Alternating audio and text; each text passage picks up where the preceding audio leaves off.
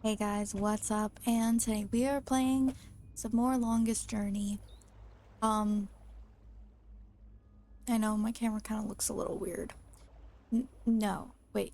Like just like the border of it, it just like kind of looks weird on the screen, but my camera's good. I mean, no complaints.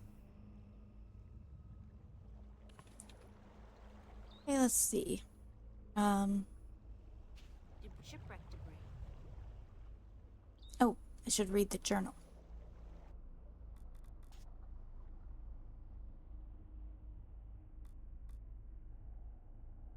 Okay, feel a little better now, which is kind of worrying because I so don't want to get used to this. I'm a definite land person, soil between my toes, like the Bandu elder said. A short time ago, the captain ordered the navigator to change course, to take us away from a storm front. Now I know he probably has the best interests of his crew at heart, but I gotta think about the rest of the world, as well as my world. I need to get to Elias. Quickly. I feel that time is running out and this chaos storm is only a harbinger. So using the talisman Tobias gave me on the compass, I think I managed to fool them into putting us back on course for the islands. Now I'm just praying they won't notice before it's too late, and that the storm won't catch up with us. I've been lucky so far. I'm counting on my luck lasting just a little bit longer. Please. At sea and in deep shit. Not that I don't deserve it. Whatever punishment I get, I definitely deserve it. I sunk a ship, jeopardized the lives of everybody aboard, and stranded myself in the middle of the ocean with a blazingly hot sun and no land in any direction as far as the eye can see. Not to mention the very obvious fact that I have no food or water. At least I got Crow. That's something. Not a lot, but something. I can think of only one word right now, and it won't really do me any good. Help. If God or the balance or some other cosmic force is watching right now, why don't we agree on this? You get me out of this, I owe you a favor. Deal? Is that a yes? Captured, kidnapped, abducted by mermen. I'm trapped underwater in a tiny little bubble of air, and why am I not panicking right now? If I'm ever gonna panic, this would be a good time. I'm claustrophobic and I have a fear of water. This situation combines all my phobias into one tidy little package, and yet I feel relaxed, like it's all gonna be okay. It's gonna work itself out. April, listen to me. You're screwed. How are you gonna get out of this one? By using your head? Right, my head. That'll help me breathe underwater. No, what I need is some scuba diving equipment. Either that or gills. And I need to talk to these mer people, find out why they saw fit to rescue me and bring me here. Thursday afternoon. The Mayroom Queen believes I may be what they call the water stiller. Why not? After all, I am April Bandu Mbata, and I'm probably what the Venar call the Kang Angla. So why not the water stiller? Thing is, this time I have to prove it. The water stiller is supposed to uncover an ancient shrine and bring light to the darkness, which I've already done. Then I have to show some proof of my mission, the talisman which the captain locked away in the chest, and kill a snapjaw. Kill a snapjaw. What am I, an Amazon hunting woman person? I think not. I have a hard time smacking a fly, but if I want to get out of here. The talisman probably went down with the ship. I wonder how difficult it would be to get a hold of it. I'm the water stiller. How strange it is to be so insignificant, yet so important. There are so many who have been waiting for me, for somebody like me, to come and bring hope into their lives. It's truly amazing, and even more amazing, I'm able to cope with it. I'm still in denial, no question about that, but I'm warming up to the idea that I'm actually not just some tiny speck of dust in the cosmic infinity, but a person with a mission, with a place, with a purpose. Right now, my purpose is to find the elation and to reunite them with the Mayroom so that both species can thrive once more. That done, I can find out what the elation know, and then pay a visit to the sleeping god of the Mayroom. I'm counting on this guy being one of the kin. If not, I've no idea what to do next. Early Saturday morning. Back home at this time, I'd be safely snuggled up in bed, safe in the knowledge that it's Saturday. I've got nowhere I have to be. I can just relax all day long, maybe go to the cafe, hang out for a while, maybe go to the park, whatever.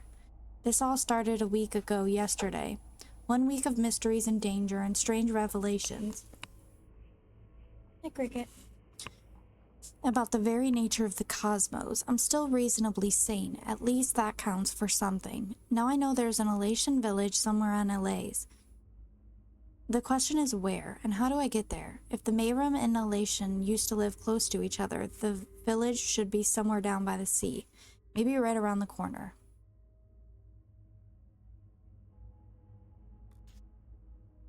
Hi.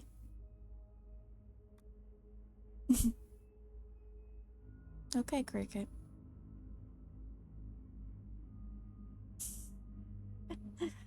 Okay. You need tension? No, you need that cap? Okay. Bye. I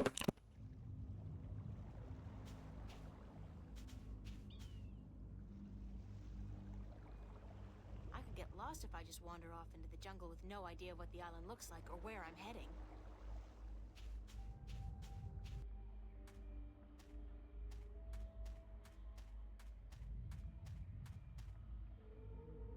It's a deep hole. More like a crevice, actually, caused by some kind of seismic activity. God, it must be at least 50 meters down. The crevice widens out into a huge cave just below, and there's water at the bottom. It's a tiny tree. Oh, I think I missed It's the something. ruins of an old city.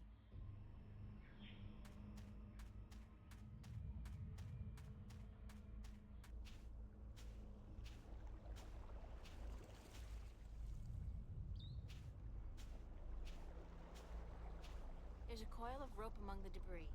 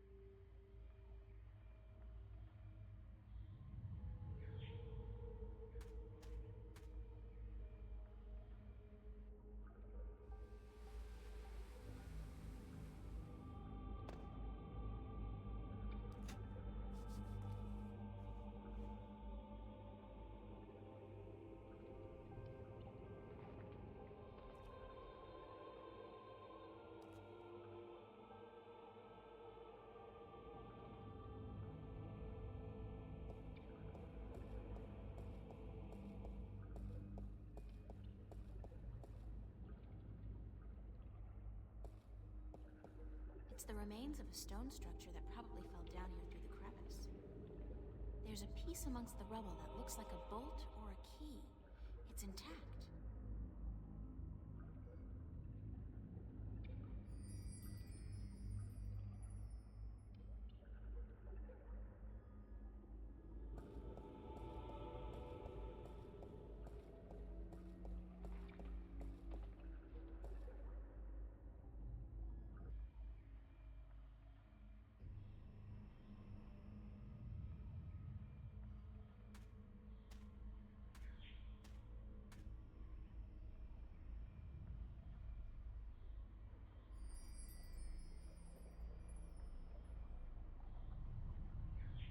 The top half of the statue depicts a big-mouthed creature calling out.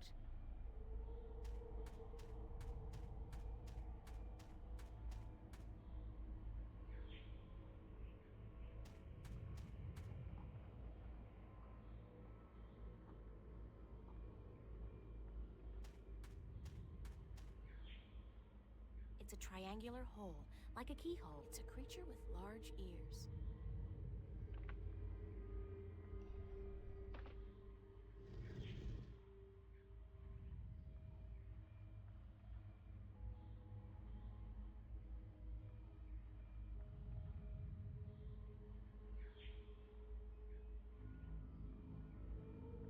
It's a triangular hole, like a keyhole.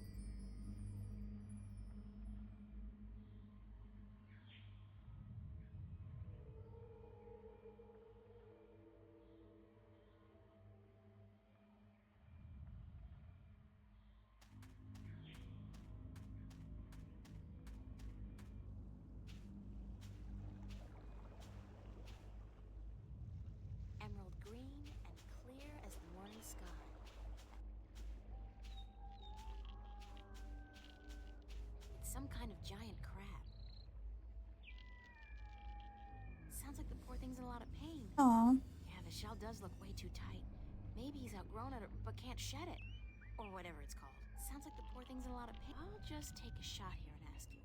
Is there any chance you speak, like, a real language? Like, Arcadian or English? Okay. Now, is there some kind of magic I have to learn, or potion I have to drink, or eat, or ingest in some way to learn your language? Because that's usually how it goes. No? Too bad, although I'm glad I don't have to draw blood or swallow a stone or something. Can't help but feel that you're asking me for help, though. It's the strangest thing. After all, you're just clicking your claws, aren't you? It's not as if you're really talking, is it?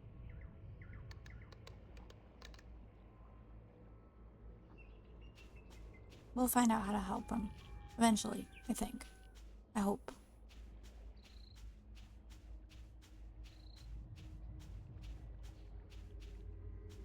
It's an old fireplace.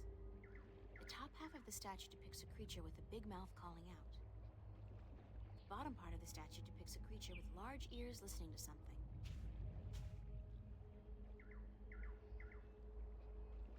It's a triangular hole, like a keyhole.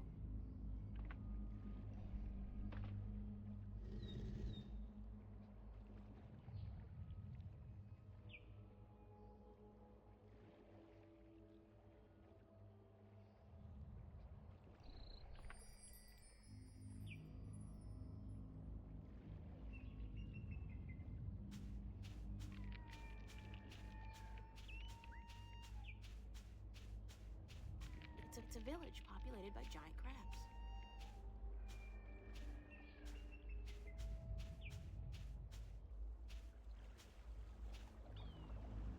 I could get lost if I just wander off into the jungle with no idea what the island looks like or where I'm heading.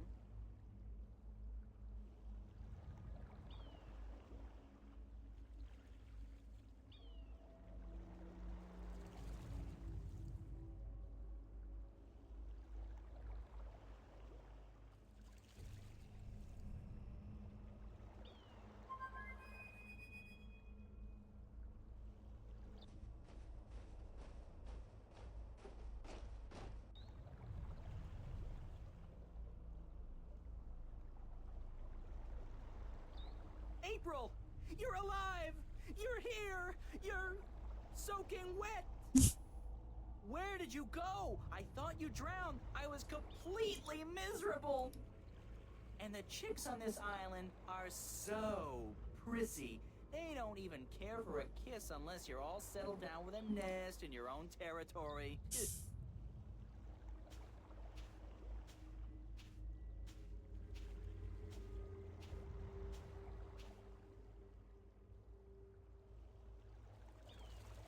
Glad to see you haven't lost the gift of the gab, Crow.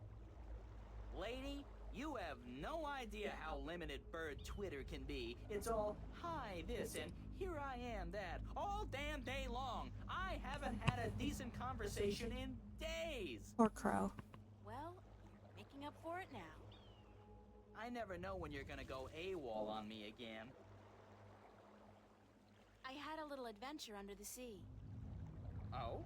I didn't know humans had gills. We don't. Well, I do. I think. At least I can breathe underwater now.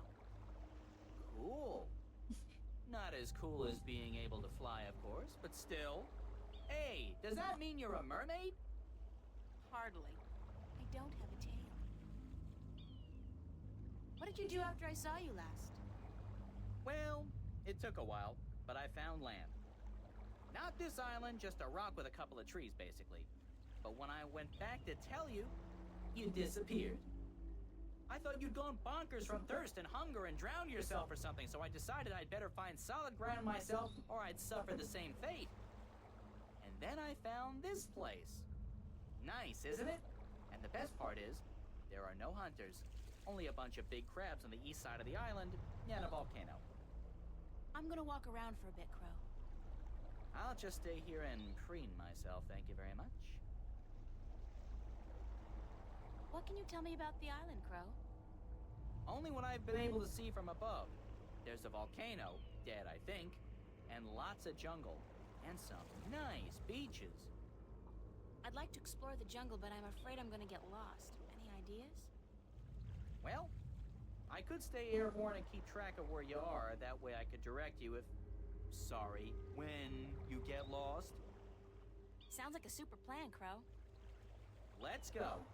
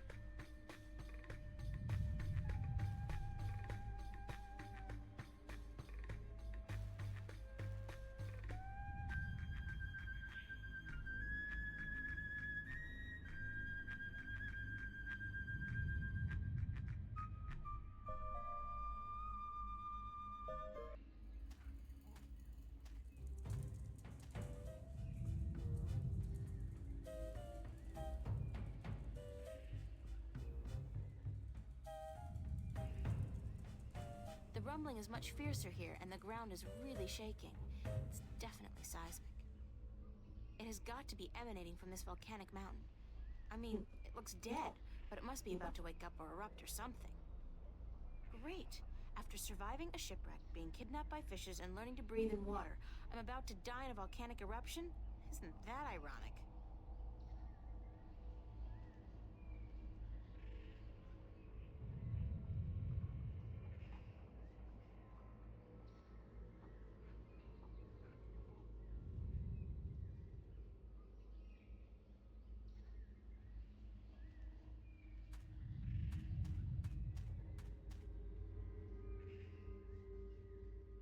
The hell?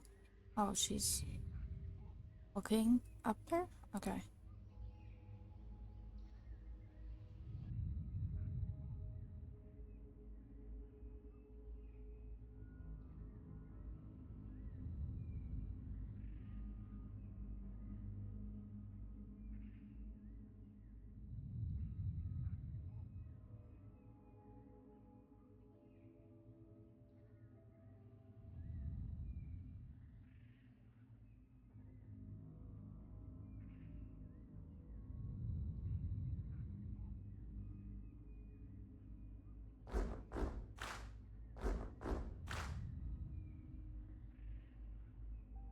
Wait.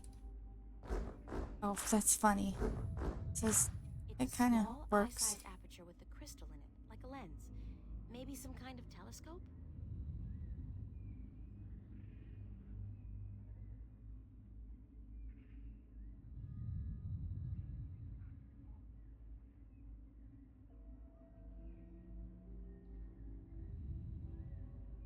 Hmm.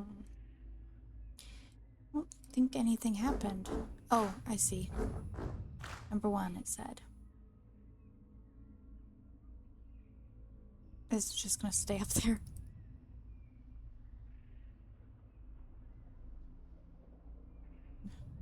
Okay.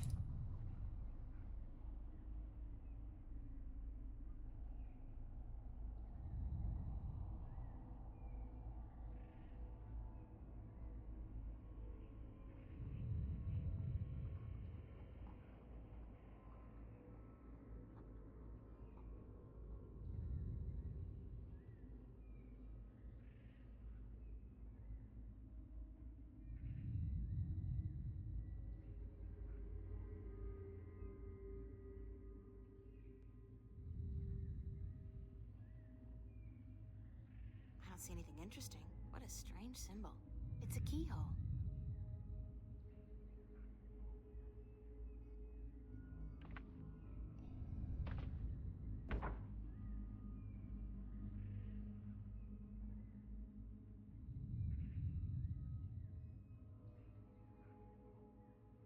a strange symbol. It's a statue standing in the ruins of a city. I can see a statue on a cliff overlooking the sea.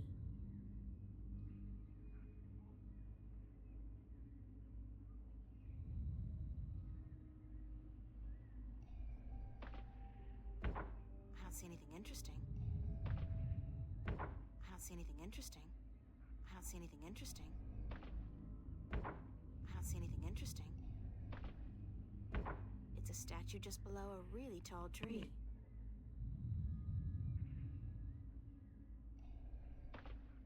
I don't see anything interesting.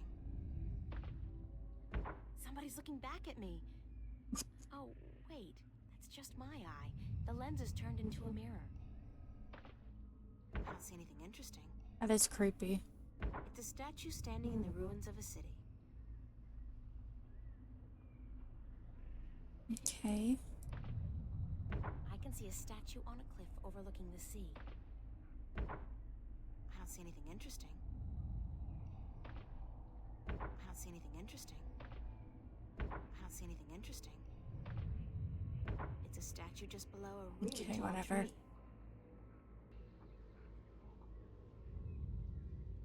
Oh, I'm supposed to take my key back.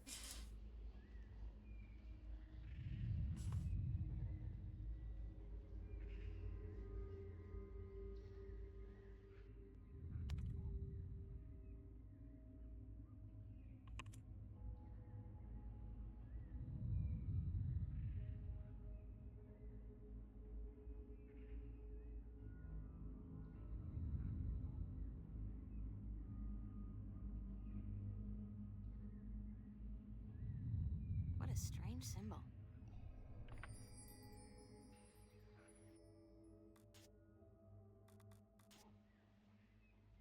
All right.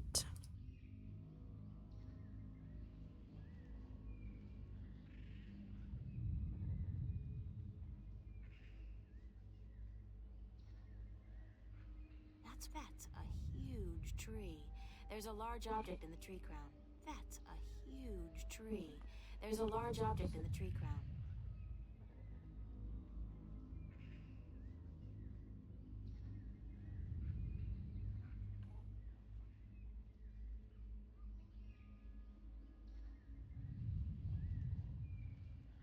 That's a huge tree. There's a large object in the tree crown. Okay, we get it. That's a huge tree. That's a huge tree. There's a large object in the tree crown.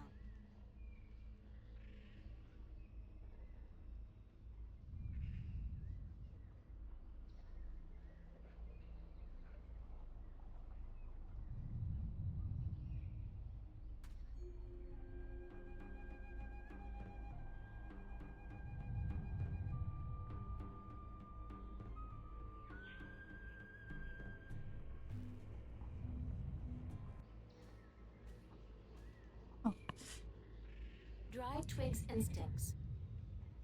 The bottom half of the statue depicts a creature listening, while the top part depicts a similar creature calling out. It's a triangular hole, like a keyhole.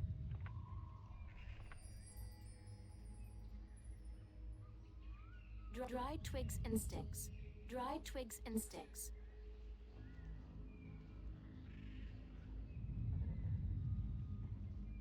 Dried twigs and sticks.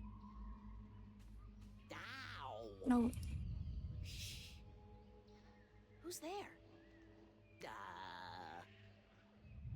Shut up. I know there's somebody there. I heard you. Is she gone? Nope, she's still around. Shut up, shut up, shut up.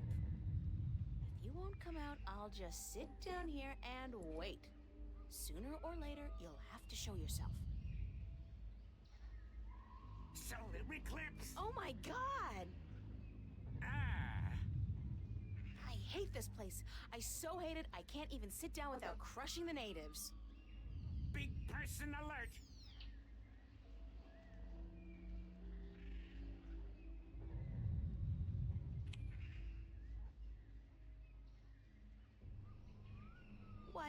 are you?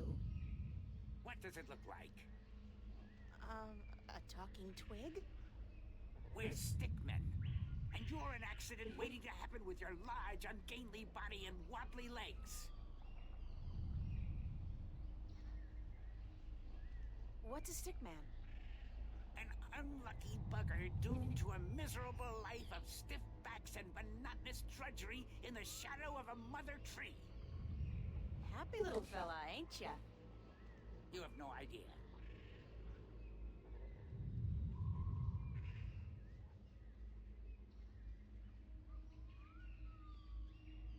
So, you guys are stickmen?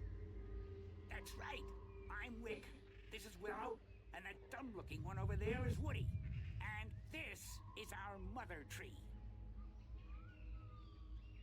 What's a mother tree? What do you mean, what's a mother tree? It's a mother tree. How difficult can it be? It's our mother, and it's a tree. It's a mother tree. Yeah, April, what the hell? What do stickmen do? What do we do? What do we do? What do you mean, what do we do? Well, the people in this world always do something. Like the Banda dug tunnels in the earth. The Merum killed Snapjaw and covered their houses with Tanyen. You gotta do something. Hey, it ain't easy being a stick, let me tell you. You got your stiff back and limbs, your fear of fire and water, your 300 years of miserable boredom, and then you have to get planted and raise a family. It ain't easy. So, you're not doing anything worthwhile then. Lady, I'm miserable. Damn. I'm grumpy, and I got a headache. What do you want from me? Where do the Elation live? The Elation? The guys with wings? Up in the volcano. There's an old city in there. I think they're squatting.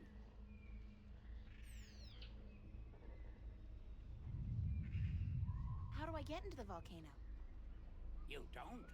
The road collapsed a few centuries ago, and when traders come, the Elation fly down to meet them. Nobody goes up there anymore.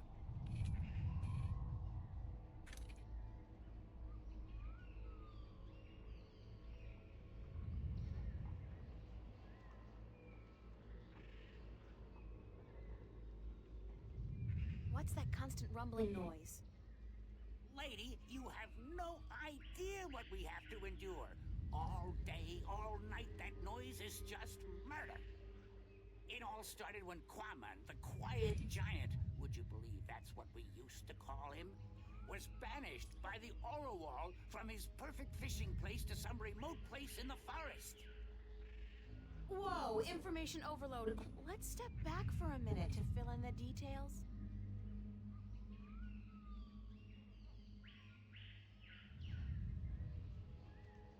Who's Quaman, the Quiet Giant? He's the scariest human we've ever seen. He stands tall as a mountain and uses whole trees for toothpicks. But he was the quiet type and reasonably gentle for a human.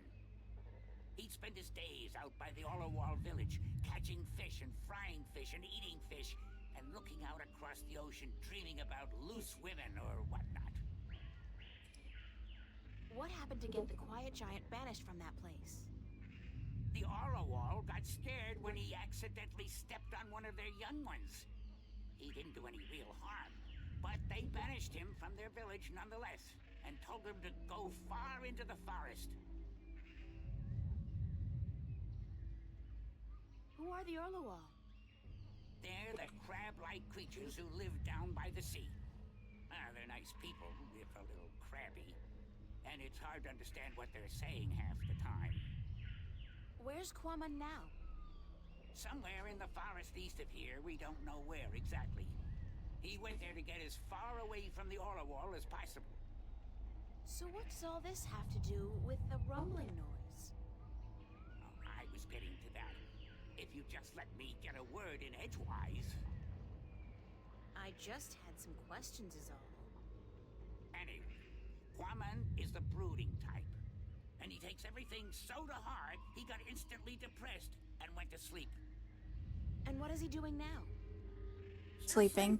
That's the problem. But how long ago was it that the Orlewall banished him? The last full moon, nearly 30 sunsets passed. He's been sleeping for a month? He was depressed. What do you want, lady? Once I got so miserable I slept for 8 years. And let me tell you, those 8 years were the happiest of my life. I still don't understand what this has to do with the rumbling noise. See that statue over there? Sure. What's up with that? Back when the Dalmari lived on this island ages ago, they put these statues up all around the island so that they could speak with each other. You're kidding. So they're, like, telephones? Tell her what? I don't know what that is. The thing is, these statues are all connected through magic. And when you speak into one, your voice flies through the air and comes out of another statue. But I still don't understand. You saw the big head up by the mountain? Yes? That's the one they use to talk to everyone on the island, to warn people of storms or to hold evening prayer. It's connected to the statues as well. And Quaman is sleeping right next to a statue's ear. I get it. Resonance. He's snoring and the deep bass reverberating through the loudspeaker, the big head, causes a resonance that vibrates the entire island. But can't you just wake him up? We don't know where he is. We're not much for exploring this forest. There's water and fire and monkeys. Monkeys like to play with sticks. We don't like monkeys. But can't you just, well, send your voice to his statue to wake him up? There are 4 problems with that. Number 1, all the statues have an assigned symbol, an identifying mark, but we don't know which his is. Second, most of the statues are broken in some way or another. What do you mean? Some statues can only talk to certain other statues. Some can't be spoken to, and some can't hear, which makes it very difficult to get a connection through to where you want to send your voice. Number 3, in order to use the statues, you need a key. We don't have it. We don't know where it is. And number 4? We're stickmen, lady. What do you think? We don't know much about magic or magical devices. And what? We're not too smart, okay? There, I said it. We're not too smart. And when you look at Woody over there, who's pretty stupid by stickman standards, that's a pretty scary thought. Sorry I asked.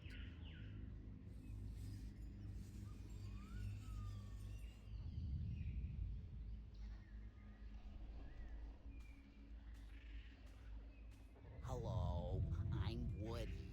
They call me the stupid one, 'cause I'm kinda slow, so don't let me keep you busy. I was born with a big brain, so I can't move as fast as my 2 brothers. I can only do useless stuff like calculations and design, and I play a few instruments, and I'm writing a book on the flora and fauna of Elias.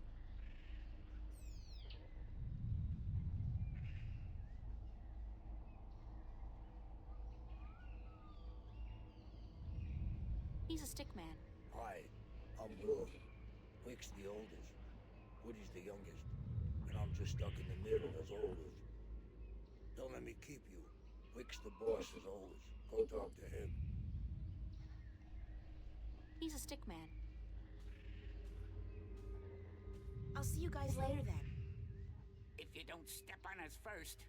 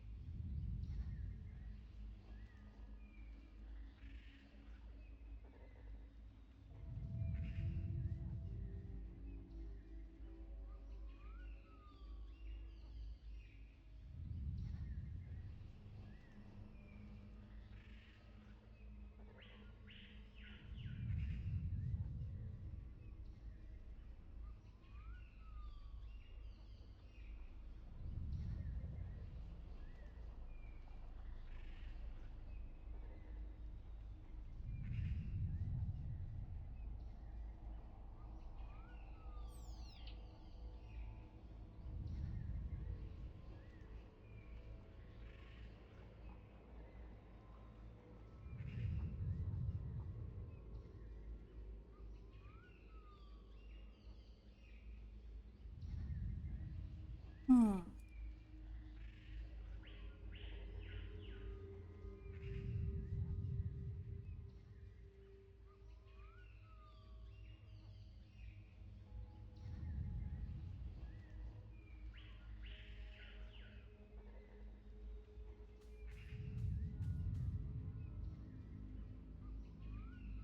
It's a creature with a big mouth. It's a triangular hole, like a keyhole.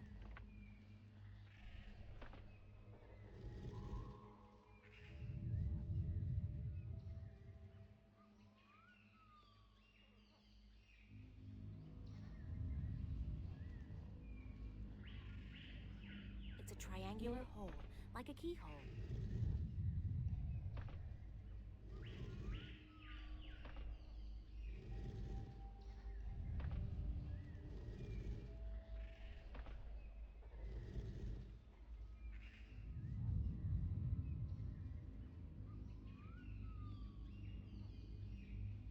He's a stick man.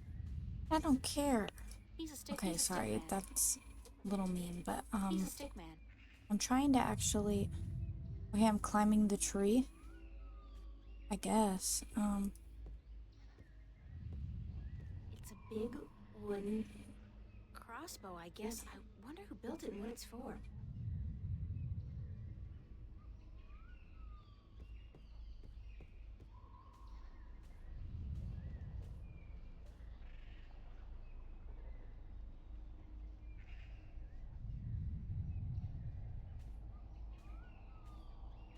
Hello? Doesn't seem like it's working. He's a stick man. It's a creature with a big mouth.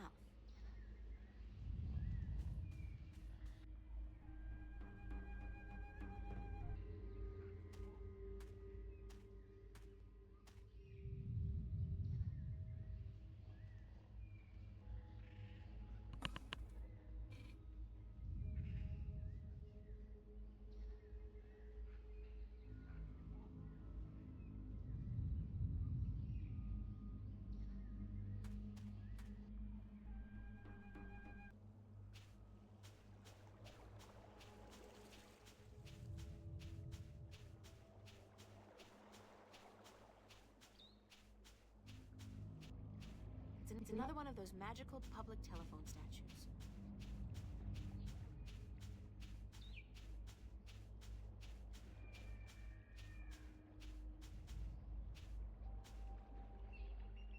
The top half of the statue depicts an old fireplace. Bottom part of the statue. The top half of the statue depicts a creature with a big mouth calling out. But. Oh, It's a triangular hole, I need the like a key. keyhole. Okay. I have to go back. Actually save.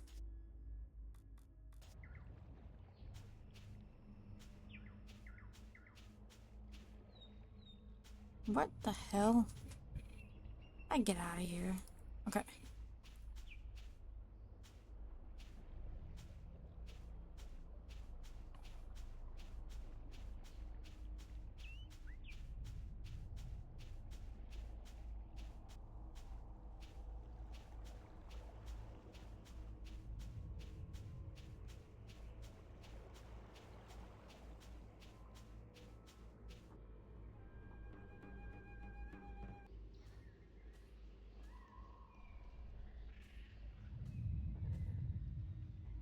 It's a creature with large ears.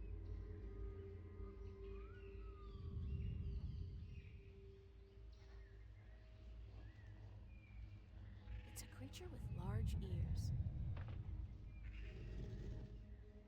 It's a triangular hole, like a keyhole.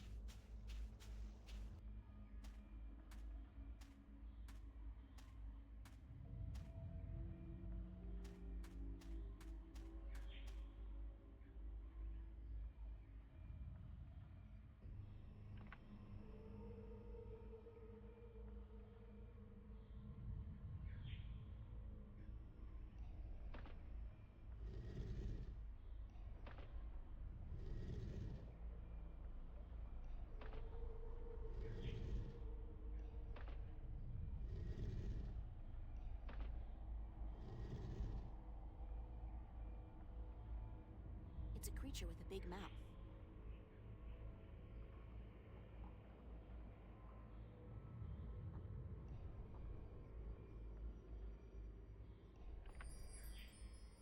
It's a creature with a big mouth.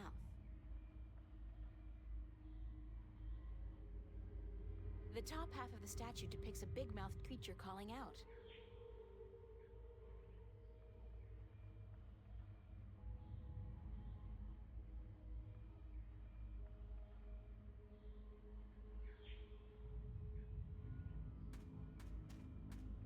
I don't know how you get to the top part, though.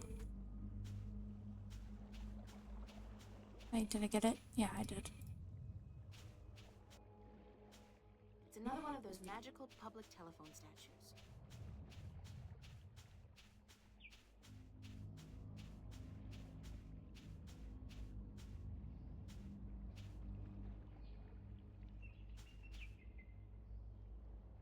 It's a triangular hole, like a keyhole.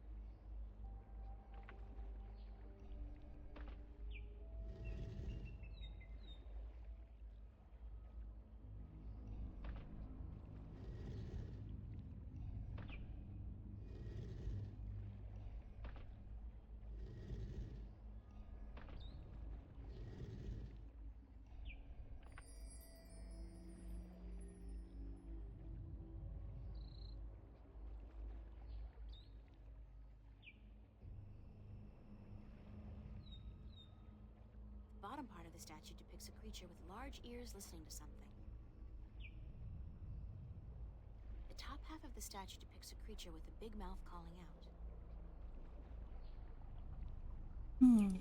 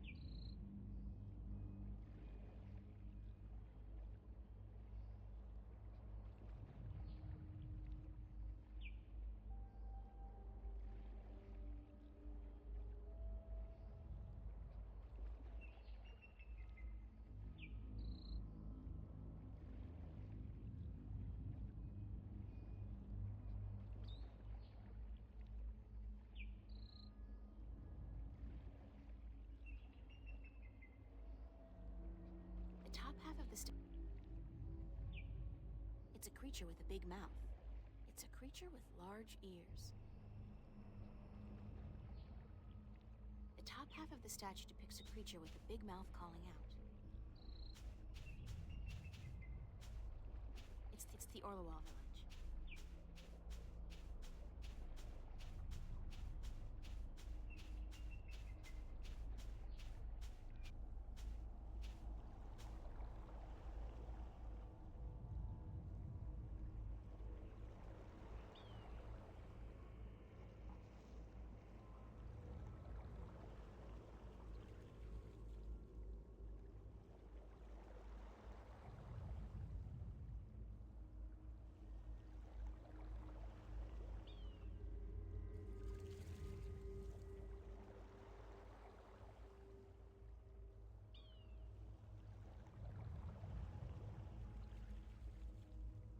No. Hold on.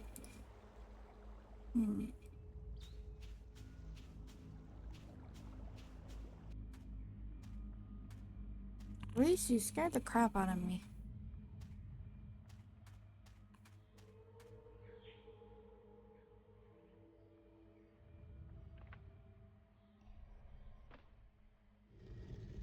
There. Okay. I thought that just meant the direction it was going in, but whatever, it's not. It's a creature with a big mouth.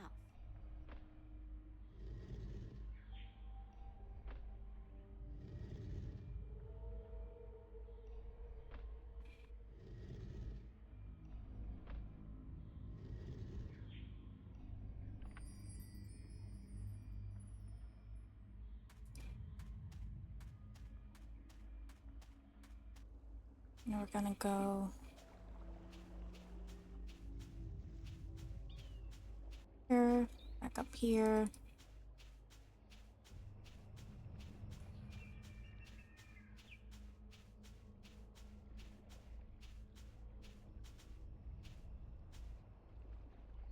It's a creature with large ears.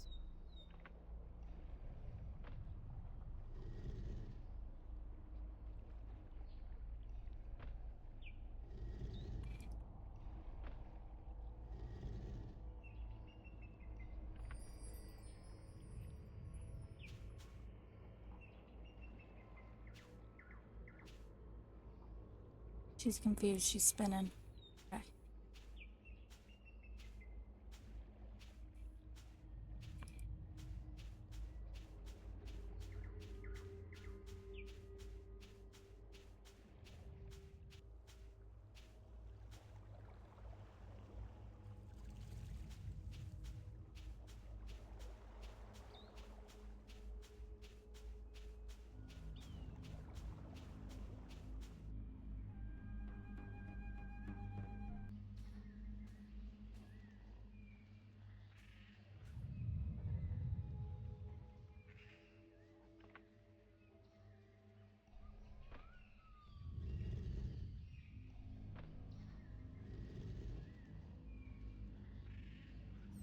That's right. Okay. Ella, really?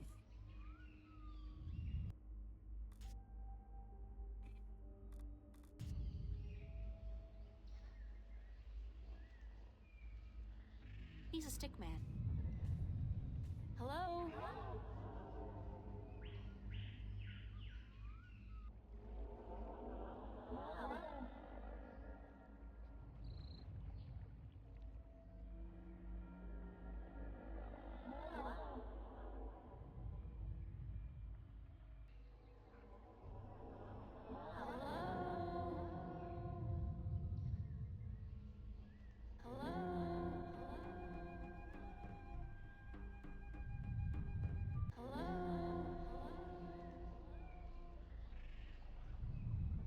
Wake up! Wake up! Wake up! Wake up! Who'll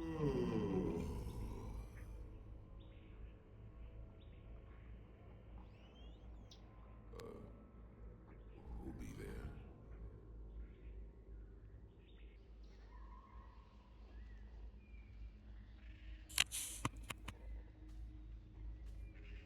I look like a real real sailor. Arr, matey.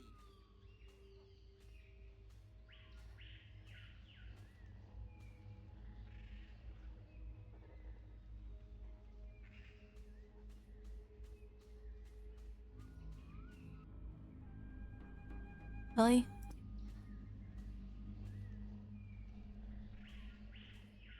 Hello, Quaman? It's your wake-up call, sir.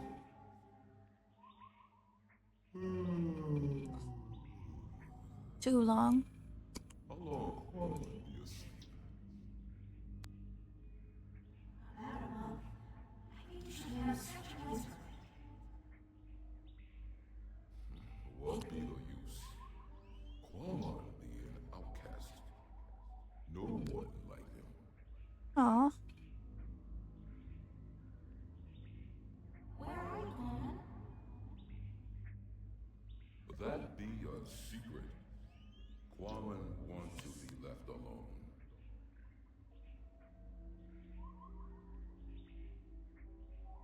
Could you please stop snoring? Quaman be snoring? No one ever tell Quaman he be snoring. But then Quaman always be sleeping by his lonesome. Yeah. No woman like Quaman. Don't say that about yourself, Quaman. I'm sure that... You know, it's kind of uncomfortable to be discussing this in a public like this. Yes, everyone be hearing about Quaman now.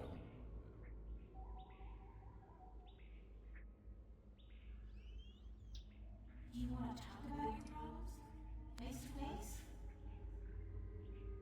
What be the point? I'm a good listener, and I'd like to be your friend. That'd be the point. Quaman not sure if he want friend now.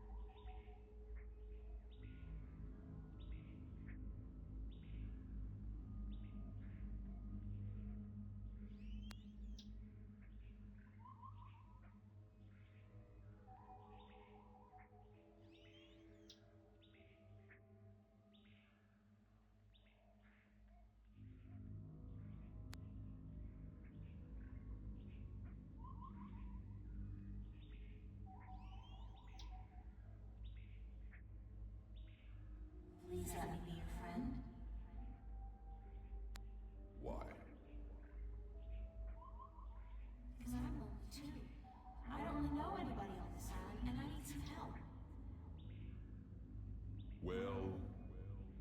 merely wanting to help, but...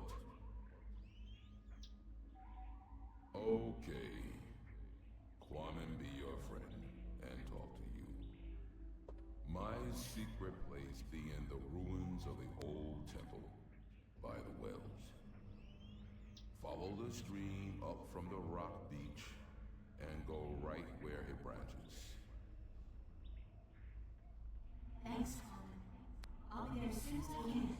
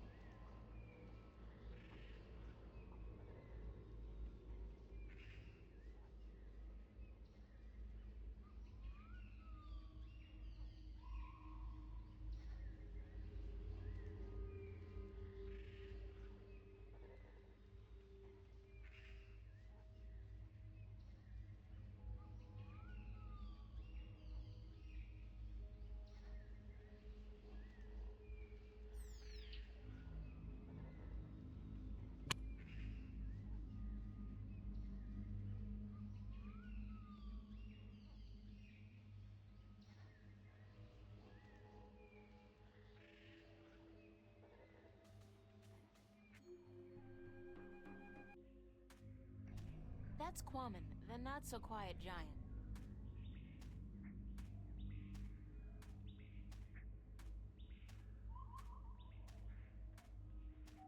Whoa! You are big! You're just about the biggest person I've ever met! Quaman be a freak. No one be liking him. I didn't mean it that way, I just meant... April, you know just what to say, don't you? I'm sorry. I like tall guys. Really, I do. You be the only one then. Because no one else want anything to do with Quaman.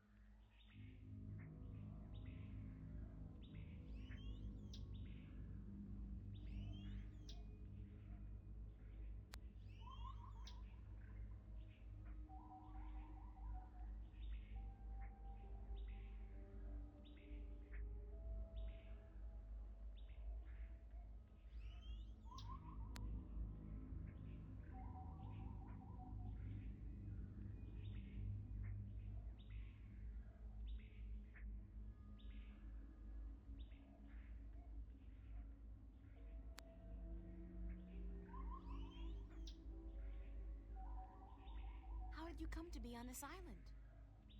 That be a long story. Do you want Quamon to be telling you?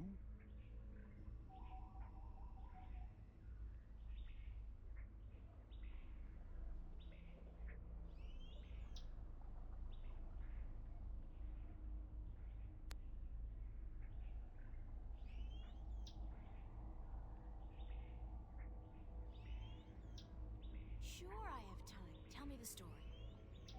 Many long moons ago, Quamon be happy. He be working at the Circa in Coruscant, where he be big attraction. What did you do? Quamon be the world's strongest man. He be popular. People come to see him from all the Northlands. Some even from east of the Bay of Fire. But then there be an accident, and the Circa tell Quamon to leave, that he be dangerous, and that no one be paying to see him anymore. What kind of accident? Quamon's most popular feat be the breaking of large rocks with his fist. Everyone would applaud when the rock be breaking. Then one day, the Caliph be at the Circa to see the performers. He be saying, Quamon, I hear of him breaking a large rock with his fist. This I want to see. But my performance be over that day, and there be no rock to break. So the Circa ringmaster Oberon, he be saying, let's get a rock in here, any big rock at all. So they bring in this rock that Quamon never be crushing before. Quamon not be sure if it is a good idea, because rock can be dangerous when it breaks. But Oberon be saying, this you must do. The Caliph wants to see we do not disappoint the Caliph of Coruscant, or we lose our heads. So Quamon break the rock, and when it breaks, What happened? there be large pieces of rock flying everywhere, and one piece be hitting the Caliph and one his son. The Caliph be not seriously hurt, but his son be unconscious and bleeding from the head. They say to Quamon, run, get away from the Circa in Coruscant, or the Caliph will have his head. So Quamon run, and he get passage on ship leaving that night. When the ship passed this island, Quamon be jumping into sea and swimming ashore. And now he be here.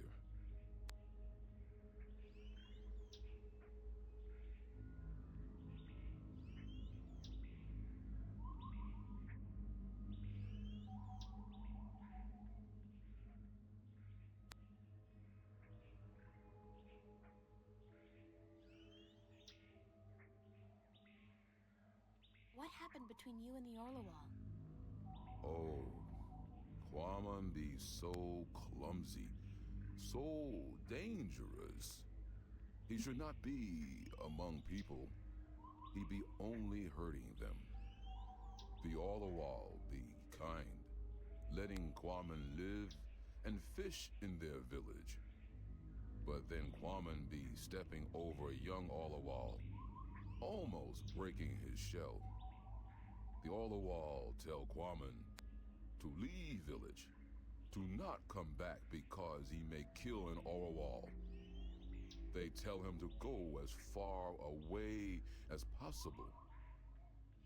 Quamon be sad because he liked the Orlawal, and because Quamon be having the best fishing place in all of Elias. He lose his friends and his food. What do you eat now? Quamon fish in these wells here, but the fish that live down there be small and not very tasty.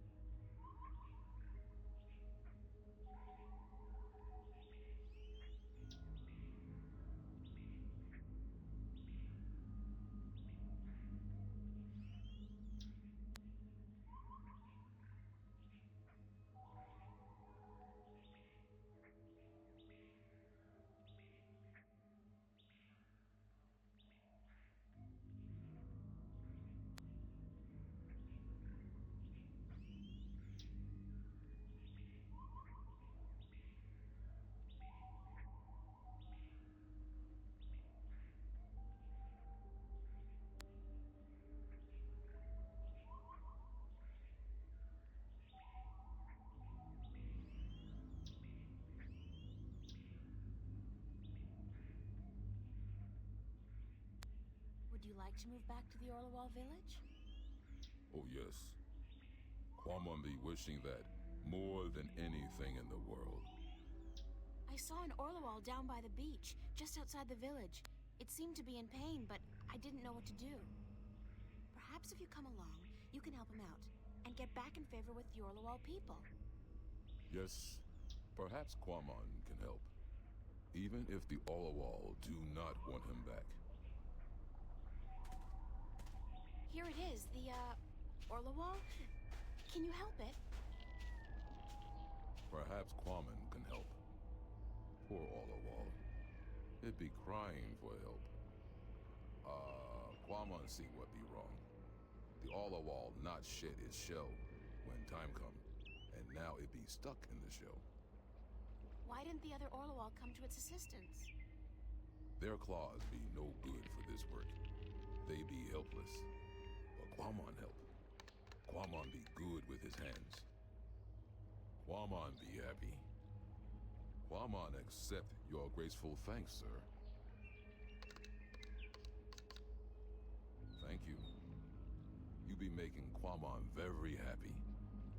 Quamon accept your offer and be grateful to the Orlawal people. Thank you very much. What? What did he say? Why did you thank him? Orlawal be inviting Quamon to stay on the cliff above the village, where he can fish again. Quamon be very, very happy now. You understand what it's saying? Orlawal language be easy to understand. It be just click and clack and clock. I'm so happy for you, Quamon. Go on, don't let me hold you back.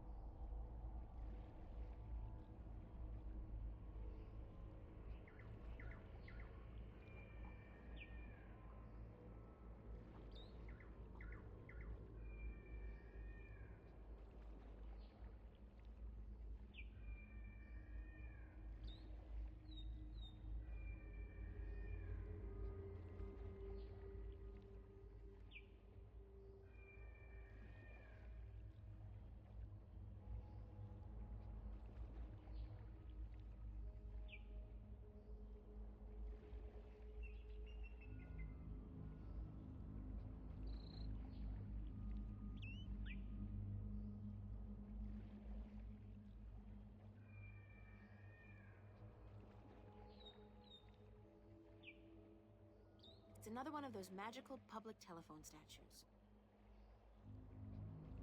Saving because that was a lot of stuff.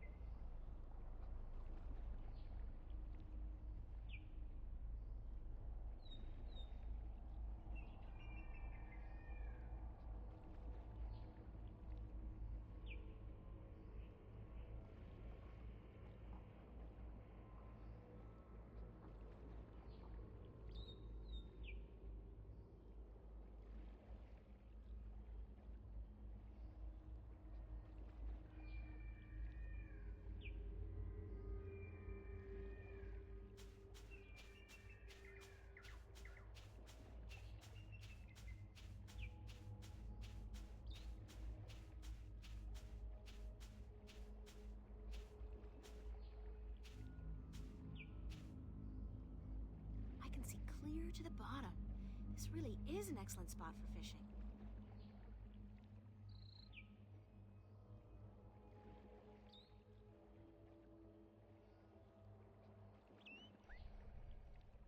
Hey, Quaman, how's the fish biting? With its teeth, but not today. Why's that? Quaman be not certain. The fish always bite before, but then Quaman be having lure. Now no lure, just bait. What do you need to make a lure? Quaman can make lure with just anything, as long as it be colorful and not get heavy in water. You're a real DIY guy, don't you know? Always be something wrong with Quaman. That was actually a compliment. Oh, What did you need to make a lure again? anything, as long as it be colorful and not get heavy in water. Are you happy now, Quaman? Quaman be happy. He be wanting fish to bite. But if they do not, Quaman still be happy. Happy fishing. Thank you.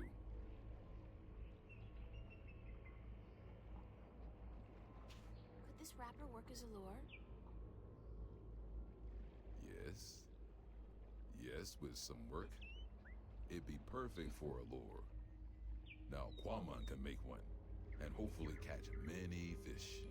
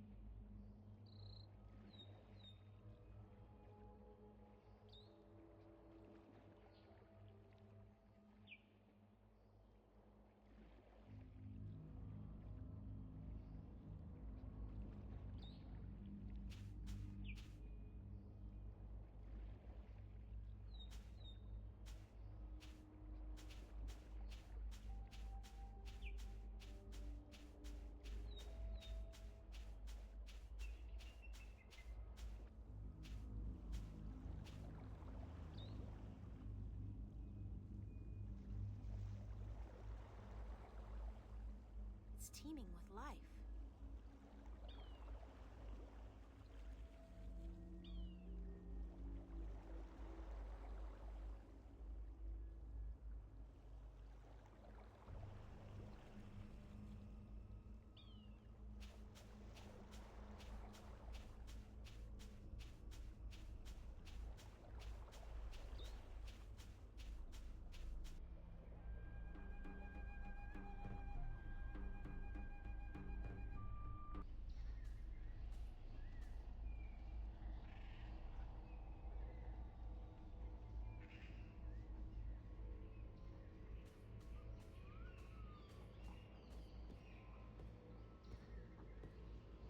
It's a wooden crossbow. It's a wooden crossbow. If I could somehow get across to that path on the other side, I'd probably be able to make my way into the Elation village.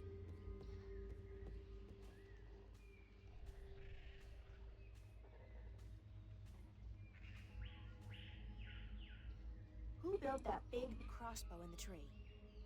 I did. Well, I thought of it. And these two nincompoops gave a helping twig on the, manual side. So they built it, and you supervised. Yep, but it's not done. There are still a few pieces missing before we can blast off for Luna. Did you say blast off for Luna? That's what I said, Luna. As in the moon? The same. You intend to go to the moon using that thing? Lunar cannon. And yes, that's the plan. You guys are loonies! If by loonies you mean visionaries, then yes we are. How come you're not working on your lunar cannon now? Because of that infernal noise is why. But Quammen has moved back to the Orlewall village. He's not going to disturb you again, trust me. Really? How the heck did that happen? Nah, I don't care. The important thing is we can work again. Thanks, lady.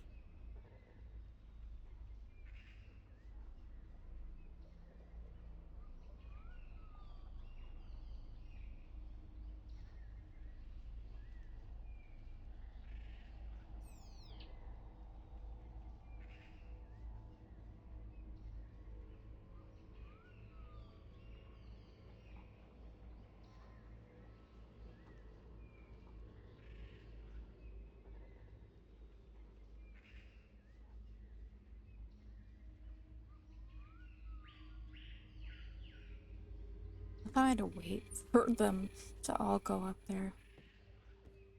You look like a real sailor. I'd be happy to Maggie. talk to you later, but I got some fine-tuning to do before I'm done. Can't talk. Busy. How's it going? Almost there. Oh, one tiny little problem, though. And that is? We don't have a bowstring for our, Propulsion drive mechanism, Wick. what he said, yeah, we need a bowstring. Something strong and flexible and sinewy. Like what? I don't know, lady. I'm no engineer. I'm just a supervisor. String made from animal guts would be perfect. Yeah, look at us. Do we look like the kind of stickmen who'd make good hunters? Do you see me going after a gate beast carrying what? A cone? A dry leaf sharpened to a razor edge?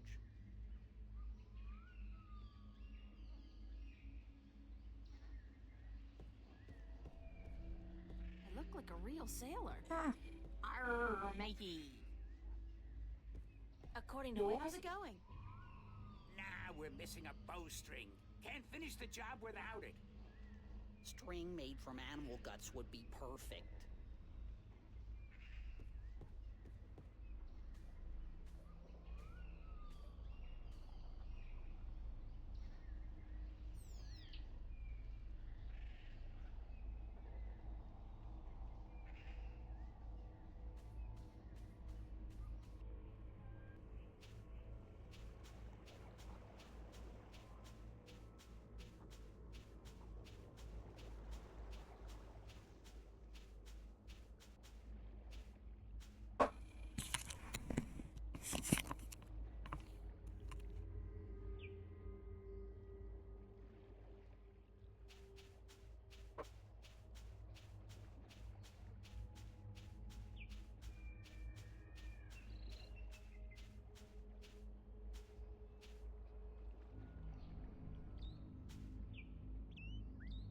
Did my lure work okay? It'd be working very good. Quamon catch a large, tasty fish very quickly. April be wanting a taste? No. No offense. I'm just not too fond of seafood. This not be seafood. It be human food.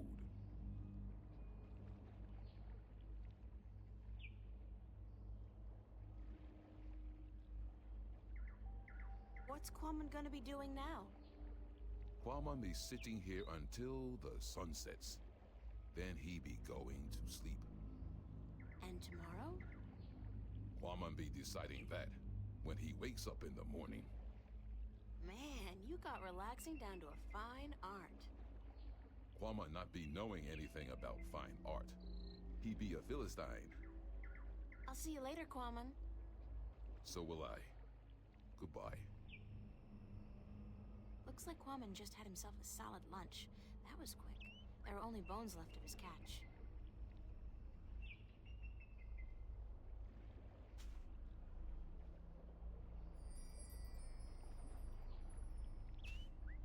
I don't figure I'll be needing the rod anytime soon, but I'll borrow the line.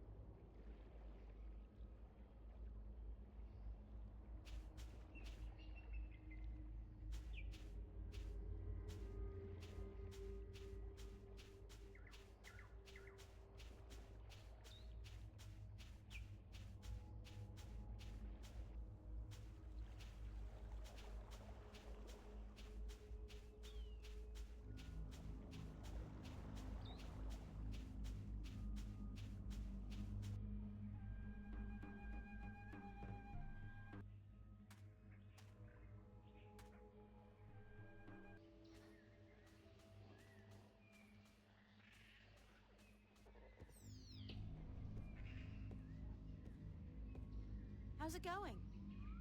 Nah, we're missing a bowstring. Can't finish the job without it. String made from animal guts would be perfect. Can you use this as bowstring for your, lunar cannon? Let me see that. Oh yeah, that gonna work good.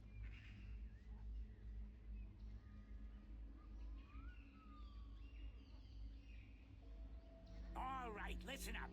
I got us what we need. And now we finish this damn cannon. Go to work, people. Give us a few minutes, lady, and we'll be all done.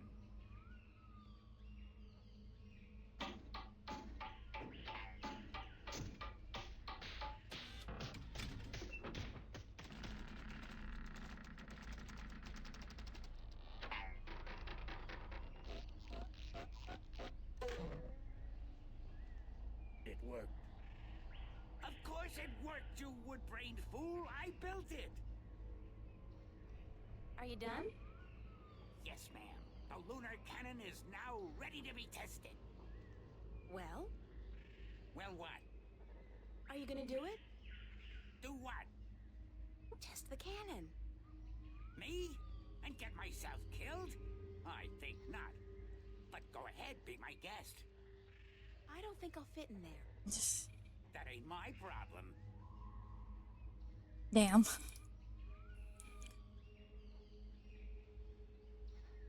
I'll just place the hook along the bowstring, like so, and let the rope trail behind it. Okay, we're ready to fire.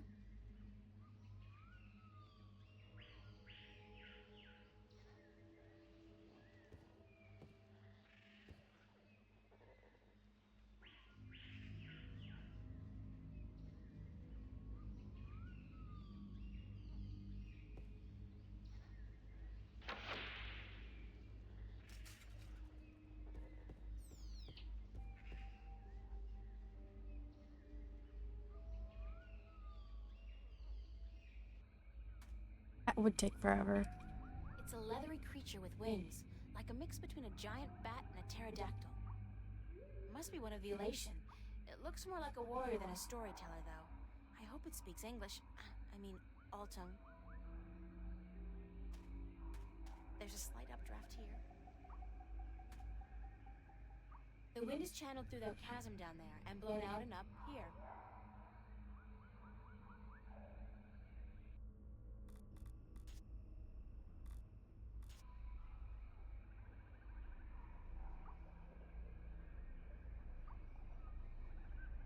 I'll save it for when I really need it. That's the last of it, unfortunately.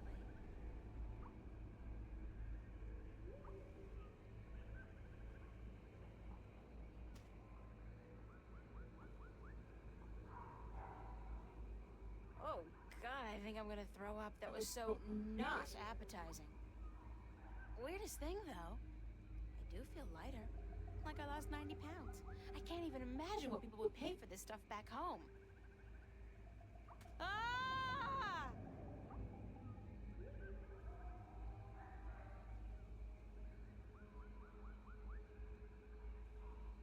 Human, you flew across the chasm. You don't have wings, but still, you fly like the Elation. Believe me, I'm as shocked as you are. Are you the Windbringer? What's the Windbringer? It's a prophecy amongst my people. Of course, there's no escaping the prophecies. It's said that someone not of the Elation shall come among us to float on the wind like an Elation, to learn our stories, to bring the wind back to us, and to bring us into a new and happier age. Is that all? You know, I'm starting to forget how simple my life used to be. Family, friends, grades, boys. No prophecies. Nobody looking to me for salvation. I don't understand, Windbringer. You should speak with our teller up in the city. She'll be wanting to see you, I'm sure. We've waited for the Windbringer for a very long time. The teller? Thanks. No, Windbringer. Thank you.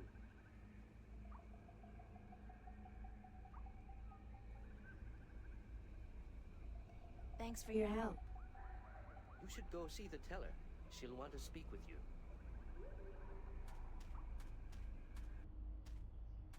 It's an old man, I think.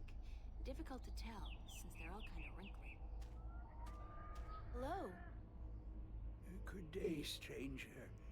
What would you hear among the elation? I need to speak with the teller. The teller? Go down into the city and you will see the castle. The teller, she keeps to the tower.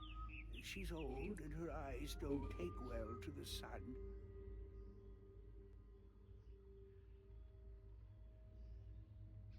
Hello. Did you see the teller yet? No. Then you should.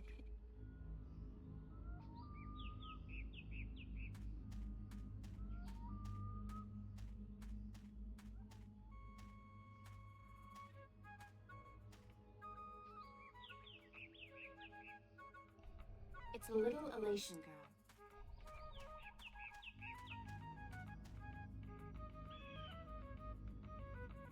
Hi there. What you doing?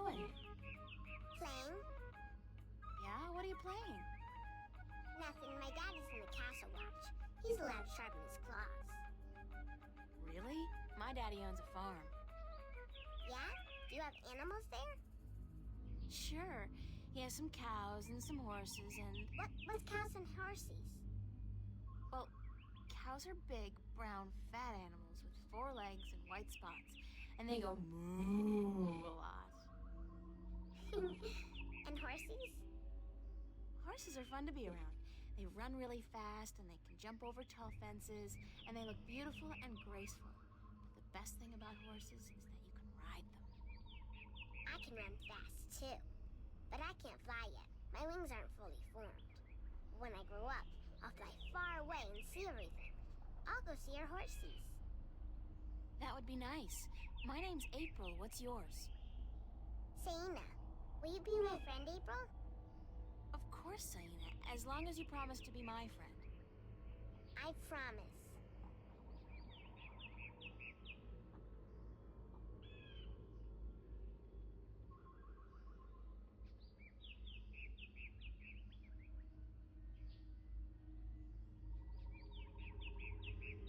Do you know where the teller lives? Over there in the castle tower. My daddy's watching the entrance so that only nice people can get in. Do you think he'll let me in? I don't know if you're nice, but you have to ask my daddy. Where are the other children in your village? Oh, they're in school now. And why aren't you in school? Because I'm ahead of everyone else. I'm really smart, you know. I'm the only youngling to have learned the first tale this soon. So some days, I get to do what I want. It's a little boring, though. I wish I was in school. At least there I could sing and play and jump around with all the other children.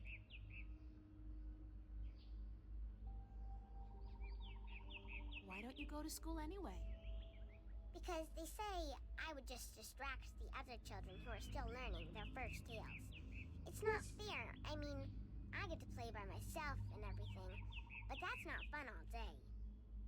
And my mommy's working on her pottery at home, and she doesn't want me disturbing her because she might make a mistake.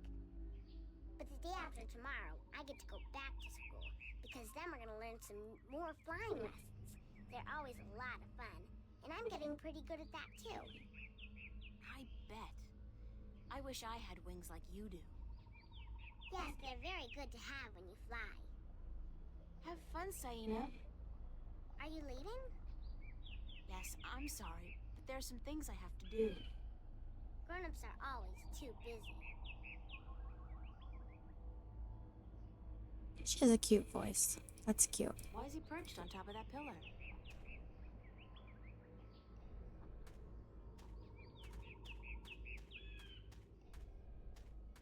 It's a young Elation female working with clay.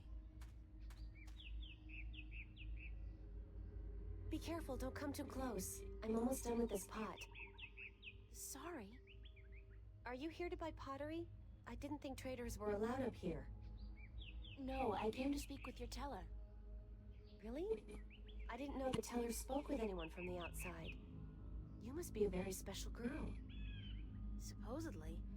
My name's April, by the way. Nima is my name. Nima of Ta'ama. The only Elation village on Alace.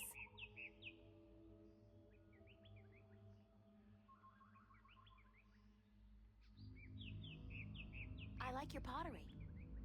It's our craft. That and storytelling.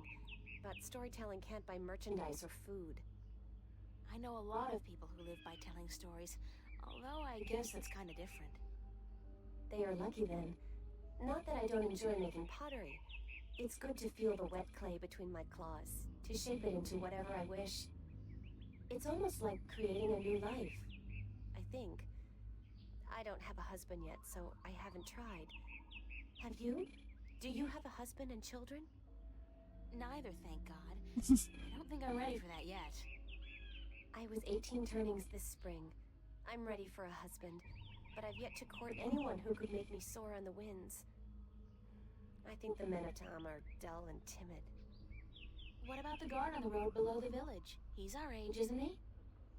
Isam? He's quite pretty, and his wings are big, but I don't think he likes me. He never looks at me or talks to me. That doesn't mean anything. He could just be shy. Maybe you could talk to him, find out who he likes, but don't say I sent you.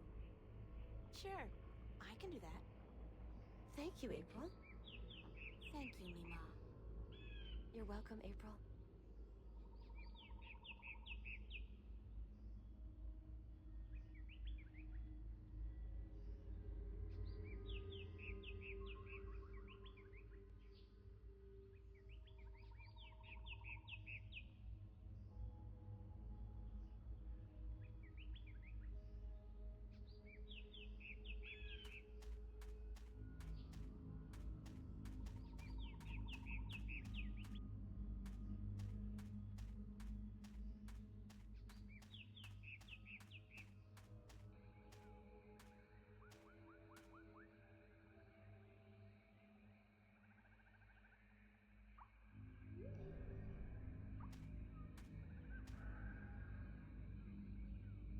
So, Isam, that's your name, isn't it?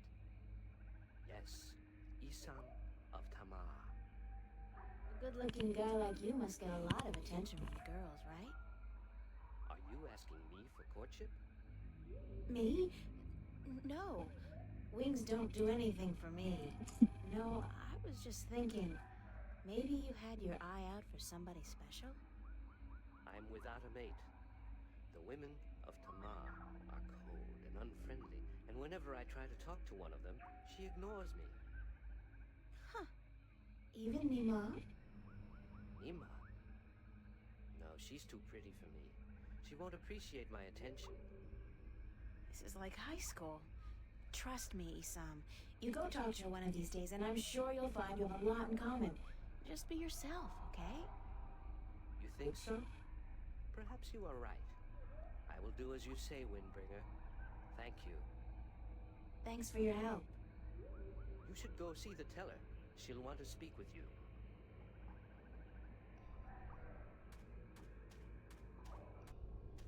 It looked like a Wait, real did I? Really? Thanks for your help. You should go see the teller. She'll want to speak with you.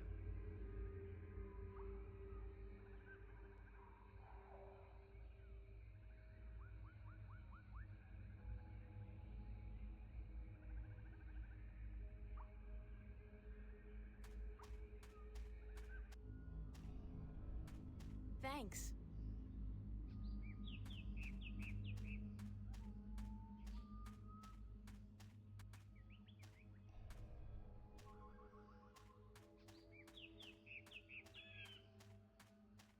Halt! Who would visit the teller? I'm the Windbringer. The Windbringer? You are not the Windbringer. Are you? How else would I have been able to get up here? I am the Windbringer. If so, you must prove that you are of the Elation. There are 4 tales from the 4 corners of the world that you must know by heart. They are the tale of winds, the Tale of Stars, the Tale of Sea, and the Tale of Homecoming. I will ask you one question from each tale, and you must answer each correctly, or you cannot be the Windbringer. Are you ready?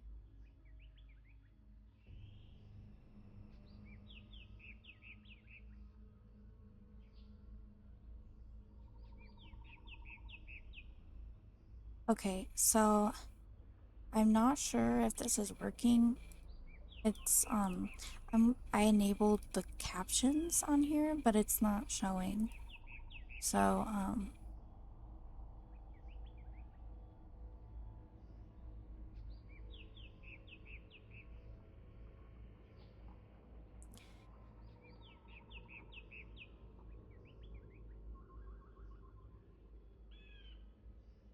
okay, I'm gonna look.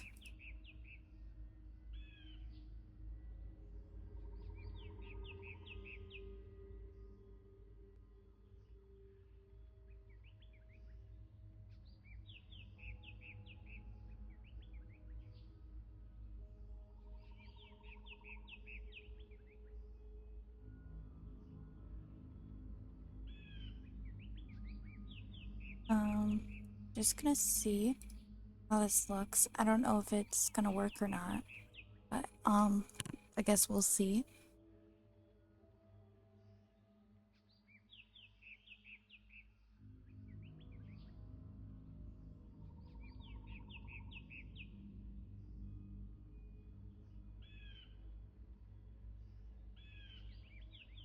Okay, just checking, making sure. It's supposed to show up, I think, but it's not doing anything from what I see.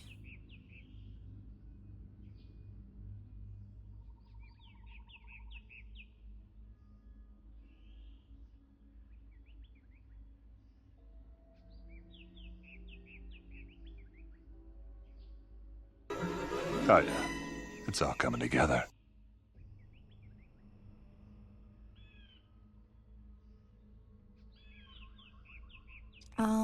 That is so weird.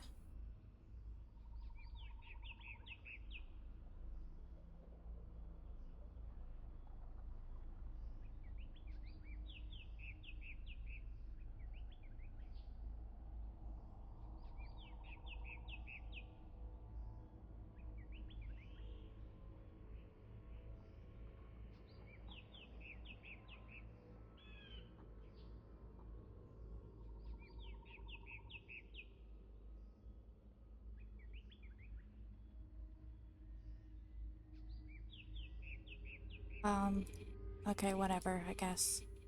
Yes, ask me the questions. In the Tale of Winds, which mountain did Iwana fall from in her vain attempt to fly higher and further than anyone else?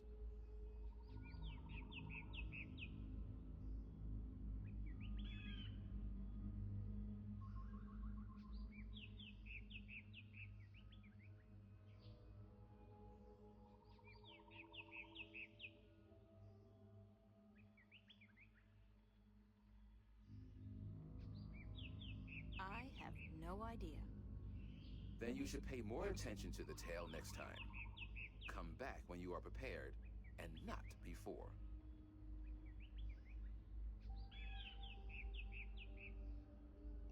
Are you ready for the questions now? Yes, ask me the questions. In the Tale of Winds, which mountain did Iwana fall from in her vain attempt to fly higher and further than anyone else? Mount Kilimanjaro? That is wrong. Pay attention to the tale that is told to you, and do not return until you know it by heart. Are you ready for the questions now? Yes, ask me the questions. In the Tale of Winds, which mountain did Iwana fall from in her vain attempt to fly higher and further than anyone else? Mount Everest? That is wrong. Okay, so I have to go Pay back. attention to the tale that is told to you, and do not return until you know it by heart.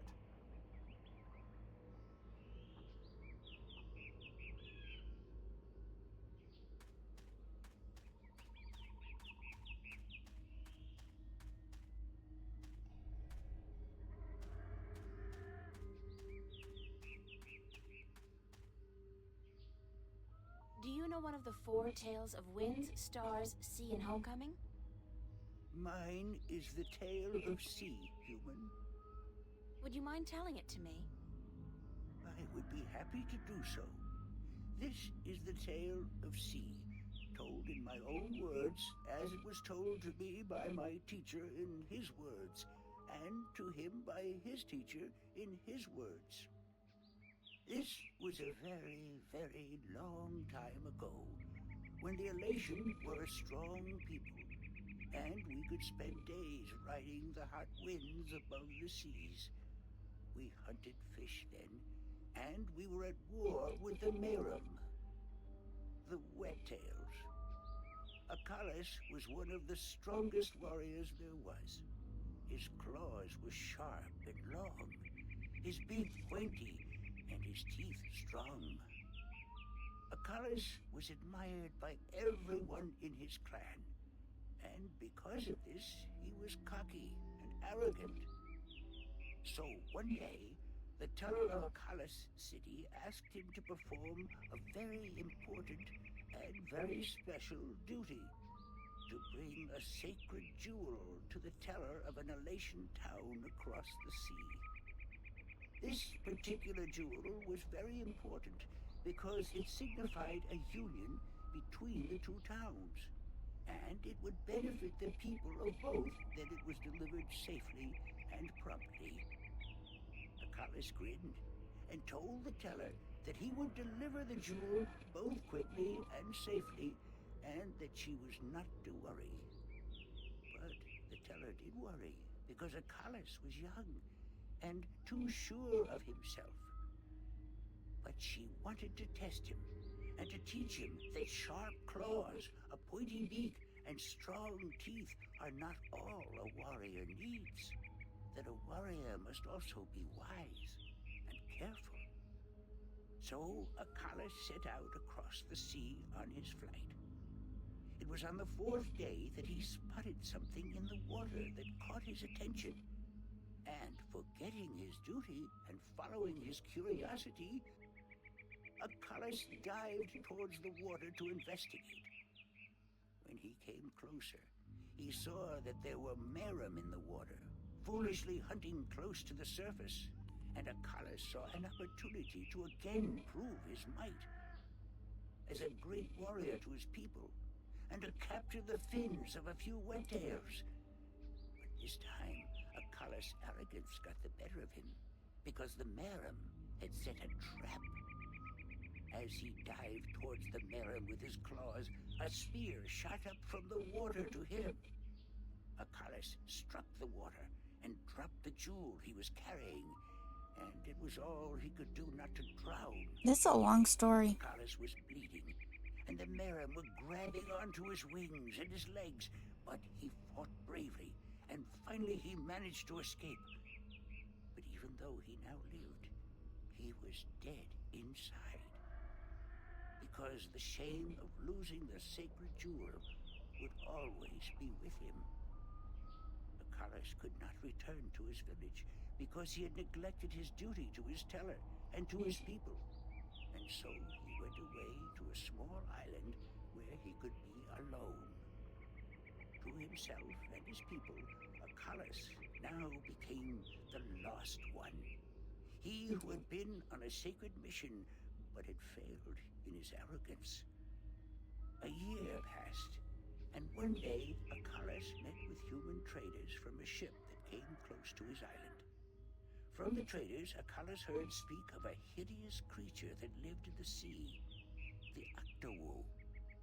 The Octowo was said to have a third eye, like a jewel, and that this eye pulled hapless sailors into its deadly 8-armed grasp. Akalis knew immediately that the Octowo's third eye had to be the jewel that he lost in the sea a year ago, and he now saw the opportunity to redeem himself. But Elation were not used to water, and the thought of submerging himself in the cold, harsh ocean chilled Akalis to his heart. But he was the Lost One, and if in his death he could at the very least redeem himself, to his own heart, then it would be worth it. So Acalas fashioned himself a spear, because in the water his claws and his beak will be too slow, and he flew out to where the Octowoe was last seen. And then Acalas dived into the sea. The dark water closed in on him, and his wings and legs went numb. But still Acalas kept pushing down until he saw the lair of the Octowoe. Spotting Acalas, the Octowoe attacked, and Acalas saw the monster's third eye, his sacred jewel, shining bright in the darkness. And his heart was filled with a sense of duty and courage that he had never felt before. But as he began fighting the 8-armed monster, Acalas realized that if he were to fight like he usually did, he would not stand a chance. He would have to think differently. And so Acalas tricked the Octowoe into following him through a tight chasm where the monster got stuck. And then he swam above it, and using his spear, tipped a rock on top of the Octowoe. Swimming back down again, the Octowoe was flailing helplessly. Now, almost out of air, Acalas took the sacred jewel from the Octowoe's head and swam back up. Finally, Acalas could deliver the sacred jewel to the town across the sea. And upon returning to his village, he went to the teller, bowed his head, and said, "Forgive me, teller, for in my arrogance I thought I could do everything. But I could not, and I became the lost one because of it." "You were lost," said the teller, "but you are no more. Because now you see the limits of your own strength, and you will know that a warrior must be careful and wise, in addition to being strong and fierce." This was the tale of C, and I told it in my own words, as told to me by my teacher. Oh, it's done now.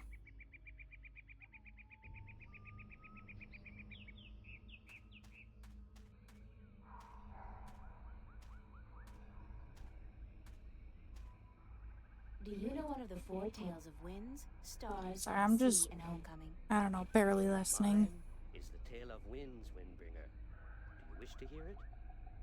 Very much. Then I shall tell it.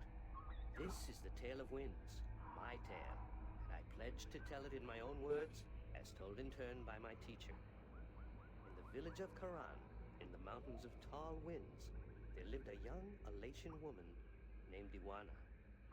Iwana had one desire above all others, to soar higher and farther than anyone else. Even though her wings were no broader, nor her body sleeker than anyone else's, she pursued this foolish desire without rest. And as time passed, she did soar higher, and she did fly farther than the other young Alatian in her village. And her name became known far and wide amongst the tribes of the mountains of tall winds. But still, Iwana was not happy. She was not happy because, in her vanity, even though she was a better flyer than almost everyone else, and to her eyes, she was still not good enough. She wanted to be so much better than anyone else that she would be remembered for all time as the best flyer amongst all the Alatian. And so one day, Iwana decided to climb to the top of Mount Bakta'ana, the Tower of Light, and to soar from those giddy heights to the ends of the world. Her friends and her family pleaded with her not to, because every Alatian knew that to soar from such heights was dangerous. That at such heights, the air was thin and the winds treacherous. But Iwana would not listen. And on a cold and clear morning, she climbed up the Tower of Light to the rock and the ice at the very top. From there, she could see to the ends of the world. And it brought tears to her eyes to know that now, finally, she would be greater and better than any Alatian before her. And so, Iwana spread her wings and leaped off the mountain. How long is this going to take? They said that for a split moment, Iwana soared, and she soared higher and farther than any elation before or since. But then, the treacherous winds caught a hold of her, and the thin air made her plummet towards the ground, and to fall to her death amongst the rocks at the base of the mountain. In her vanity, Iwana could not see beyond her desire to be the very best. And vanity always stands to fall. That was the tale of winds, my tale, and I told it in my own words, as told to me in turn by my teacher. It's been 84 years.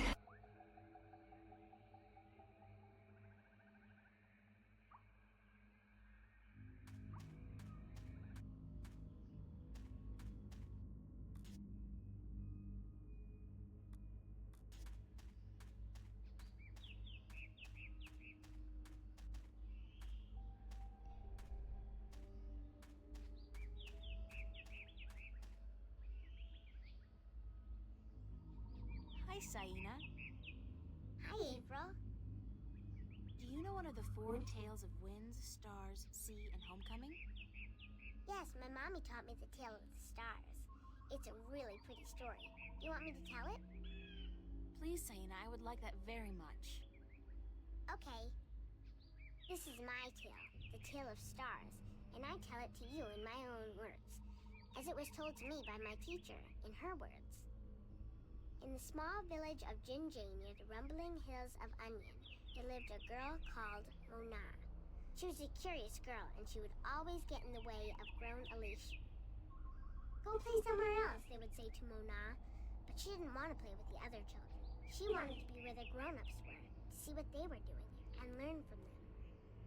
But one day, after getting many complaints from the pottery makers and guardsmen and traders and soldiers in the village, Mona's mother told her that she wasn't to interfere with the grown-ups anymore, and that instead she could go play with the other children, or sit still and draw or work with clay.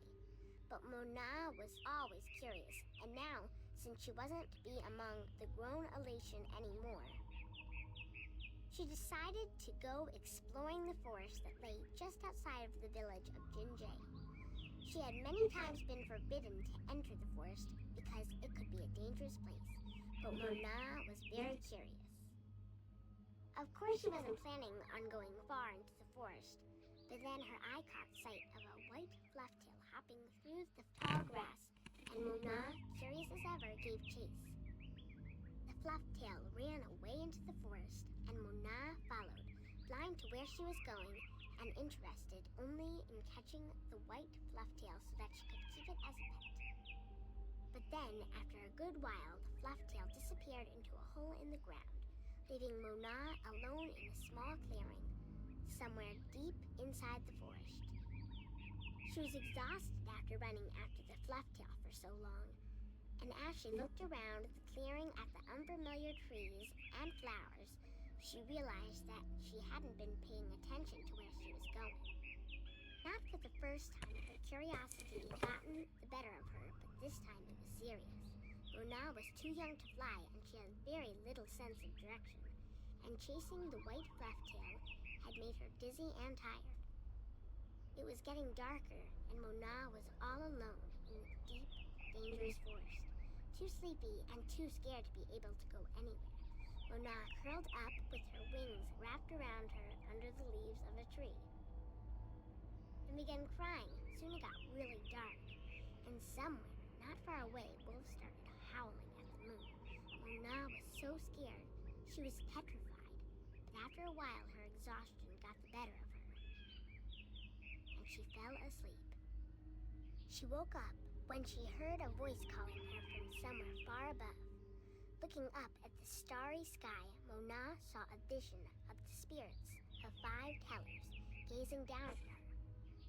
"You have let your curiosity lead you astray," said one. "You are lost, and you deserve to be lost," said another. "Poor little girl," said a third. "We will help you home," said a fourth. "But remember this," said the 5th spirit. "We will lead you back to your village, and to your mother only if you promise us one thing. I promise, said Mona. Whatever it is, I promise I will do it. Very well, said the first spirit. You will make the story of this night into your own tale, and you will call it Tale of Stars. It will be a tale to warn the curious to be careful, continued the third spirit, and to not let their curiosity get the better of them. And, said the second spirit, to remind the elation that the spirits of their tellers watch out for them when they most need it. And so the spirits of the five Oh my tellers gosh, guided does it really Mona stop to the moving when I forest close it out? she was home. And Mona I think it told her does. tale, the Oh tale of shoot. stars, to Sorry everyone in guys. the village, so that everyone will remember that the curious must be cautious, and that the spirits of the tellers are always watching. This was my tale, the tale of stars, and I told it in my own words as my teacher did to me. That was a beautiful tale, Saina. Thank you. Bye-bye, Saina. You're leaving again? I wish you could stay. I love her voice, it's so cute. I don't know if that worked, but it's supposed to show on overlay, but I don't think it's working. I don't know. Ugh. It's so weird. I can't figure it out.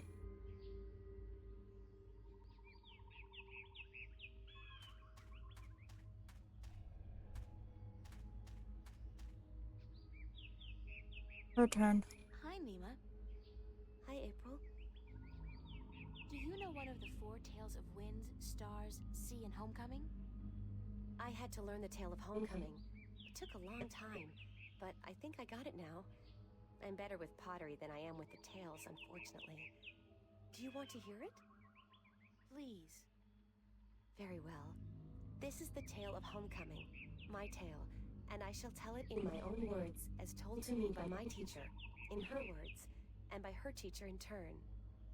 Moran was a handsome young Elation man with strong wings and a hardy beak. He lived below the white cliffs, where the water was salty and the fish plentiful. Moran was betrothed to Inara, the loveliest girl there ever was. She was fair, and slender, and tall, and her eyes were the clearest shade of blue. But Moran was hesitant to enter into union with Inara, to become her husband and to give her children. He would always come up with a new excuse for why they had to wait a little while longer. Now, Inara was skilled at pottery, but even more so with stories, and the teller of the village had many times asked Inara to be her apprentice, to learn all the tales, so that someday she could take over as the teller. But Inara refused, knowing that if she did accept the teller's offer, she would never be able to marry Moran, because a teller cannot have a husband nor children of her own. Her refusal to become the teller's apprentice was unheard of, because who could refuse such an honor? But to Inara, love was more important. Her love for Moran was beyond honor, beyond reason. But despite Inara's love, Moran was still hesitant. And then one day, he told Inara, "I am traveling on a pilgrimage to the far shores. I will be gone for some time, and while I am traveling, and in accordance with our traditions, I will be free from our betrothal. Not until I come back will the bond between us be renewed." It was not unusual for a young Elation man at that time to go on a pilgrimage, and the bond between the betrothed would often be cut while he was away, to be formed again upon his return. But Inara was heartbroken, because she had thought that Moran would soon want to marry her. When Moran saw her tears, he said to her, "Do not weep. When I come back, I promise I will marry you. Just wait for me, and stay with your pots, to make the time pass quickly." And then Moran left on his pilgrimage to the far shores. Many years went by, and Moran had exciting adventures on the far shores. But by and by, he began to long for home, and for Inara. And now he had finally realized that he loved her, and that he wanted to marry her. But when he returned, Crap, he it could did not it find again. Inara amongst the pot makers. He went to visit her family, and they told him that, after waiting for many years, Inara accepted the teller's offer of apprenticeship.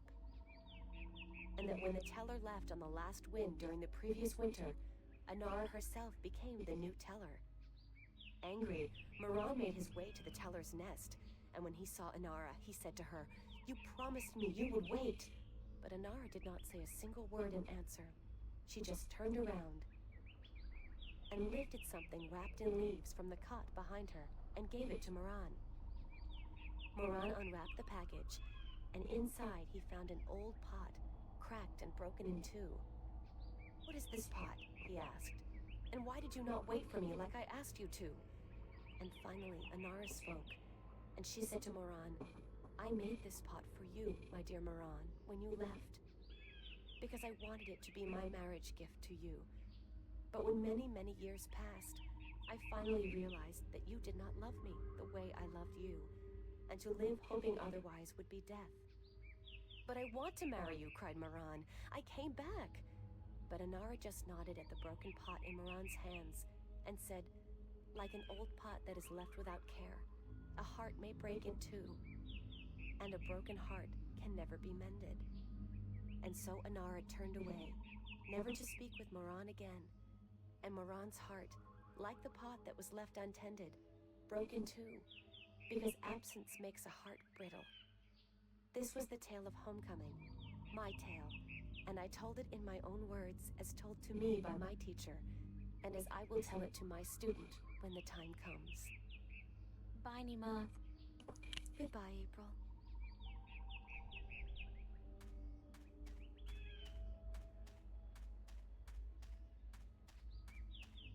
Are you ready for the questions now? I didn't even listen. Yes, ask me the questions. In the Tale of Winds, which mountain did Iwana fall from in her vain attempt to fly higher and further than anyone else? Mount Bakta'ana, the Tower of Light. That is correct. In the Tale of Stars, what did Mona see in the sky that helped her find her way home?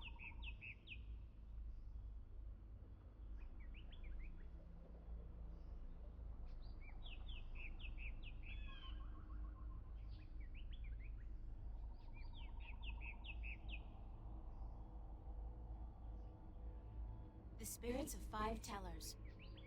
That is correct. In the Tale of Sea, what creature did the Lost One battle in his quest to recover the sacred jewel? The Octawo? That is correct. My final question to you is this. In the Tale of Homecoming, what was given to Moran by his teller when he returned from his pilgrimage?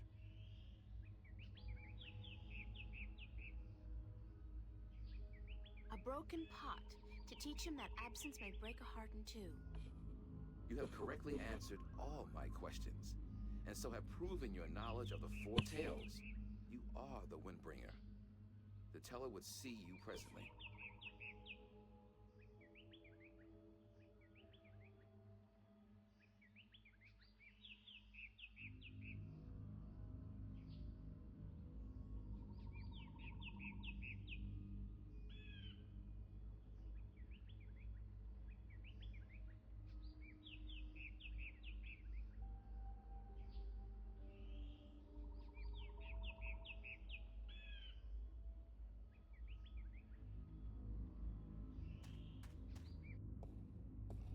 She's the teller. She must be over 100 years old. Come closer, human. Closer. I cannot see your face. Closer still. Come sit here by me.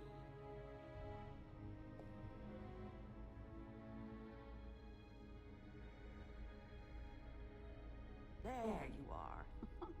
You see, my eyes are not what they used to be. Ages ago, I could spot a ladybug crawling up a straw grass from 15 tree lengths up.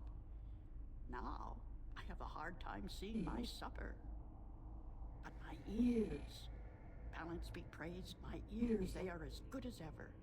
I could hear you outside, learning the tales my children tell. You are a good listener and a fast learner. They were interesting stories, and your people told them well. That is what we do. The Elation are the keepers of the tales, and I am their teller, the one who must know all the tales told since the day we came to this world. How can you do that? How can you remember every story ever told? The secret is to tell them often and to tell them in your own words, not the words of your ancestors. Doesn't that mean that the stories change with every generation? Yes, as all tales must. Change is important. Otherwise, the tales will have no meaning to us. They will just be words.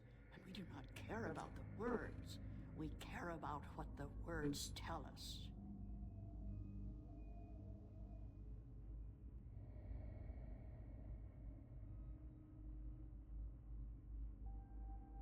How long have your people been telling stories? Since the beginning, human. Since we came to this world a long, long time ago.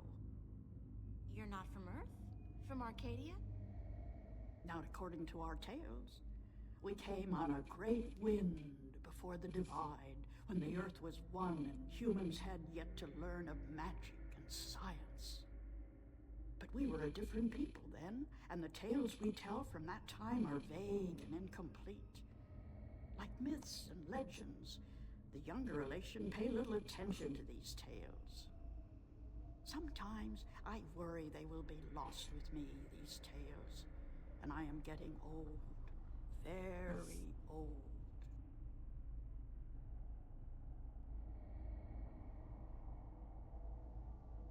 I came to you to find answers to some important questions. Ask, and I will try my best to answer.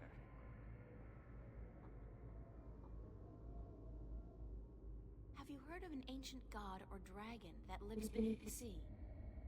Once, long ago, when my people lived in harmony with the Merim, there were stories of an old god worshipped by the Merim who resided deep in the darkest depths of the ocean. According to legend, the old god had once brought the Merim into their realm, into the ocean, and he was now sleeping, resting, before the journey back. Back where? To a great ocean amongst the stars. When the time came, he would gather the Merim and bring them home with him, back to their world, to their ocean. Strangely enough, we have a similar tale. It is said that the great wind that brought us here will someday return to bring us back to a place where we can soar forever on warm wings. Like heaven? In a way, perhaps, but without the need for any of us to die. The great wind will just sweep us up and carry us away.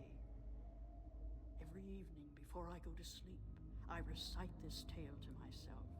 It is a comforting one.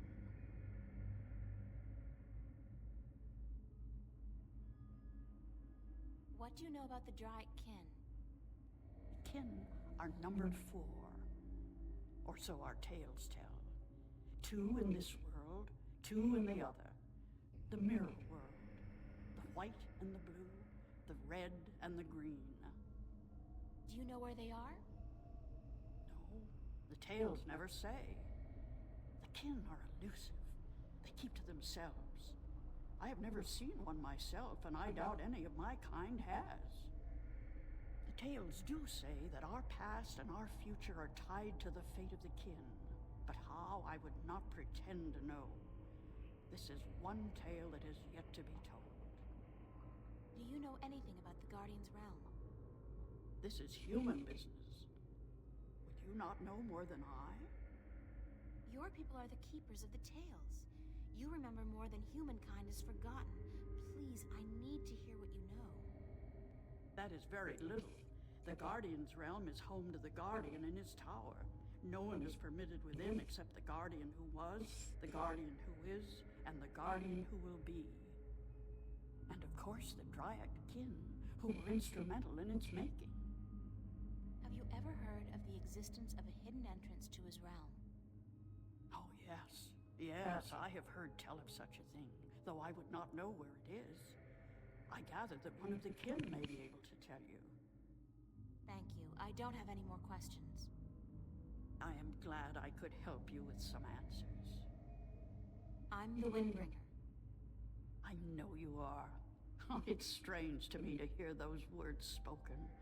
I did not think they would be in my lifetime. But here you are, standing in front of me as real as the sky is blue. I'm sorry I have to ask, but what is it that the Windbringer is supposed to do for you? I did not expect you to walk in here and have all the answers, child. The balance has both blessed you and cursed you, and it has sent you here to do what it wills. The Windbringer is said to be the first sign of the great wind that will take us away from here. For a long time, the Elation have lost the strength they used to have. Our bones have become weak, and our wings fragile. Where we used to be able to soar for days on strong winds, we are now using our legs to walk rather than fly. Why this is, we do not know. Tianyan. You know of the reason for this? I'm just guessing, but it makes sense. Go on. The tales also say that the Windbringer will unite us with our past and end the age-old strife. I know. You must make peace and be reunited with the Merim. You share a common ancestry. I have always thought we did. The tales were too similar, the signs clear. But my people, they will have a difficult time understanding why and how this can be. If you don't, both the Elation and the Merim will die out. When war broke out between your people and you were forced to move up into the mountains, it compromised a precarious symbiosis. A substance called Tianyan was abundant where the Merim and the Elation lived in close proximity. It brought fish and heat and light to both your people. But now, living up in the mountains, your way of life, your diet, your customs and habits, they've all changed. And that's probably the cause of your brittle bones and fragile wings. Then we must make peace with the Merim and restore the balance between us, so as to strengthen us both and prepare us for the journey that will surely come soon. When our sitting is over, I will speak to my people, and I will elect one representative from the Elation to meet with the Merim in the place of your choosing to open up dialogue. I guess it's time for you to talk to your people and for me to make arrangements with the Merim. Where do you wish for our meeting to take place, Windbringer? You want me to decide? Well, I know. Send your ambassador down to the ancient caves by the beach. Inside, there are remnants of an old Elation settlement and a Merim city. It's a good place for your two people to meet, don't you think? Yes. And could you ask if they would bring their half of the stone? The stone? You have the other half? We have held on to it for centuries, knowing that someday it would be of use to the Windbringer. It will, trust me. Then we must make haste and arrangements. It is an important day, so let us not waste light. Go and wait for my ambassador in the caves.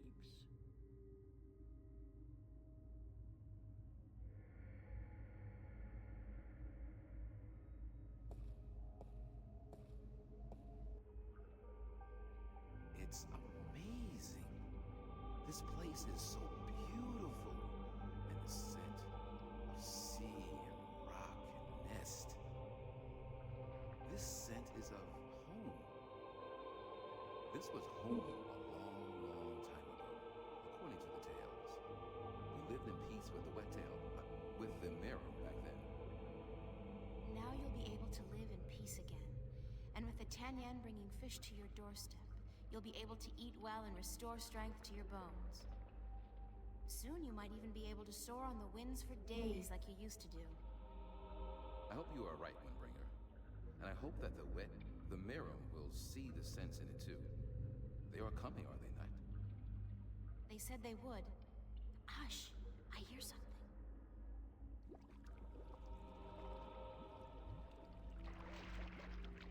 We are here, Waterstiller, as was promised. Good.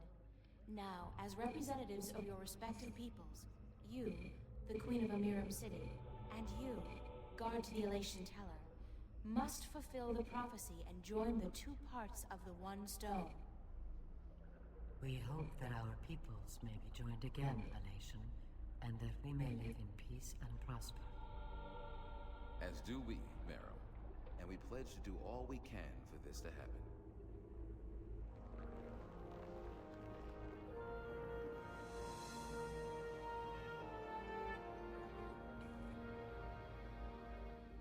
The stone is now whole, Windbringer, and the Elation and the Mirum will once again be as one. You may take it with you. Thank you. The both of you. Come now, April, and we will take you to our sleeping god. May his wisdom guide you and lead you down the right path.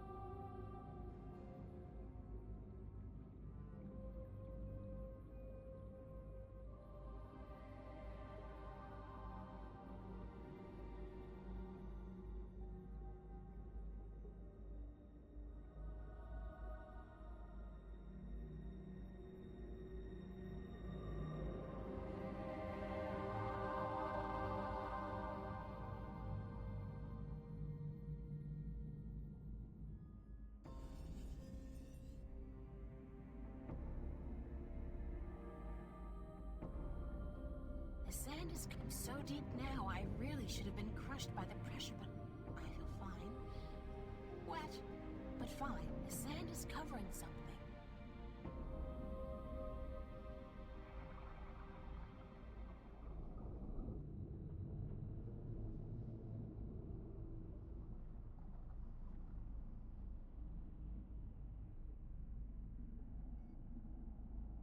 It's soft and spongy. It's some kind of organic cell. I'll worry about my appearance later. It's soft and spongy. That's a weird rock. It just doesn't look natural. Feels more like a shell than a rock.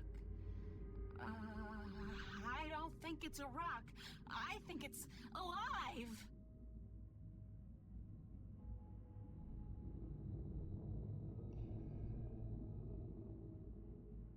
Hello? Is anybody in there? Spooky. Well, I guess it's an invitation of sorts.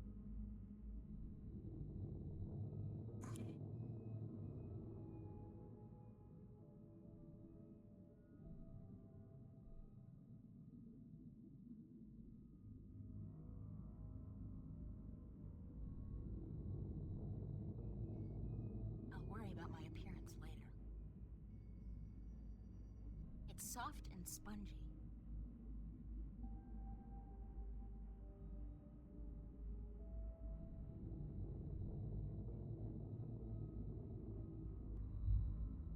There's air in here, and it's dry. I swear I'm never taking a bath again.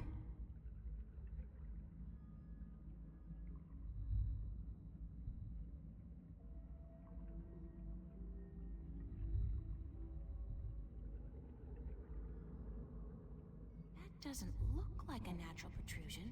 It's too big and round.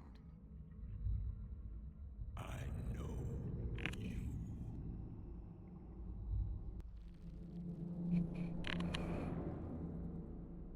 Do not be afraid. I know what you are. You do? Yes. Yes.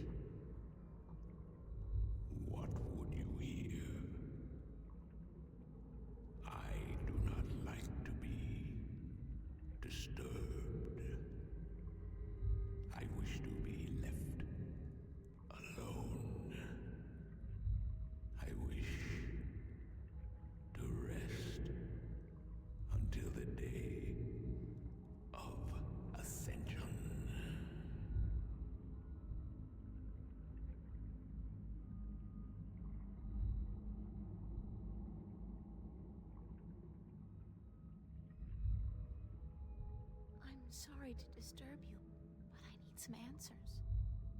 Everyone needs answers. Everyone has questions. I am not the Oracle. I cannot answer all your questions. I don't expect you to answer all of them, but I was hoping for an answer to at least some of them. Then ask and be gone.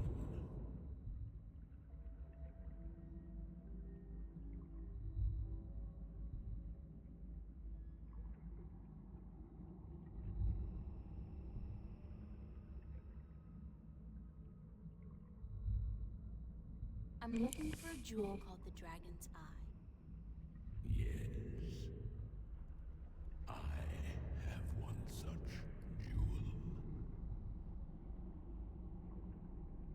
I guess that's it. Take it. Are you sure? Take it. It is yours now. It is part of your destiny. Okay. Tell me if it hurts.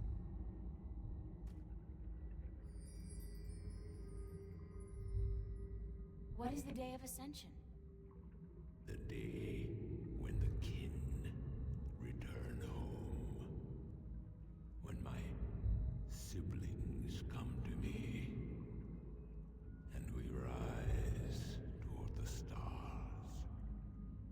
for our journey back to our cradle. This is the Day of Ascension. So you're going back to wherever it is you came from? We will, eventually, when everything is ready. When what's ready? I will not answer that question. It is not necessary for you to know.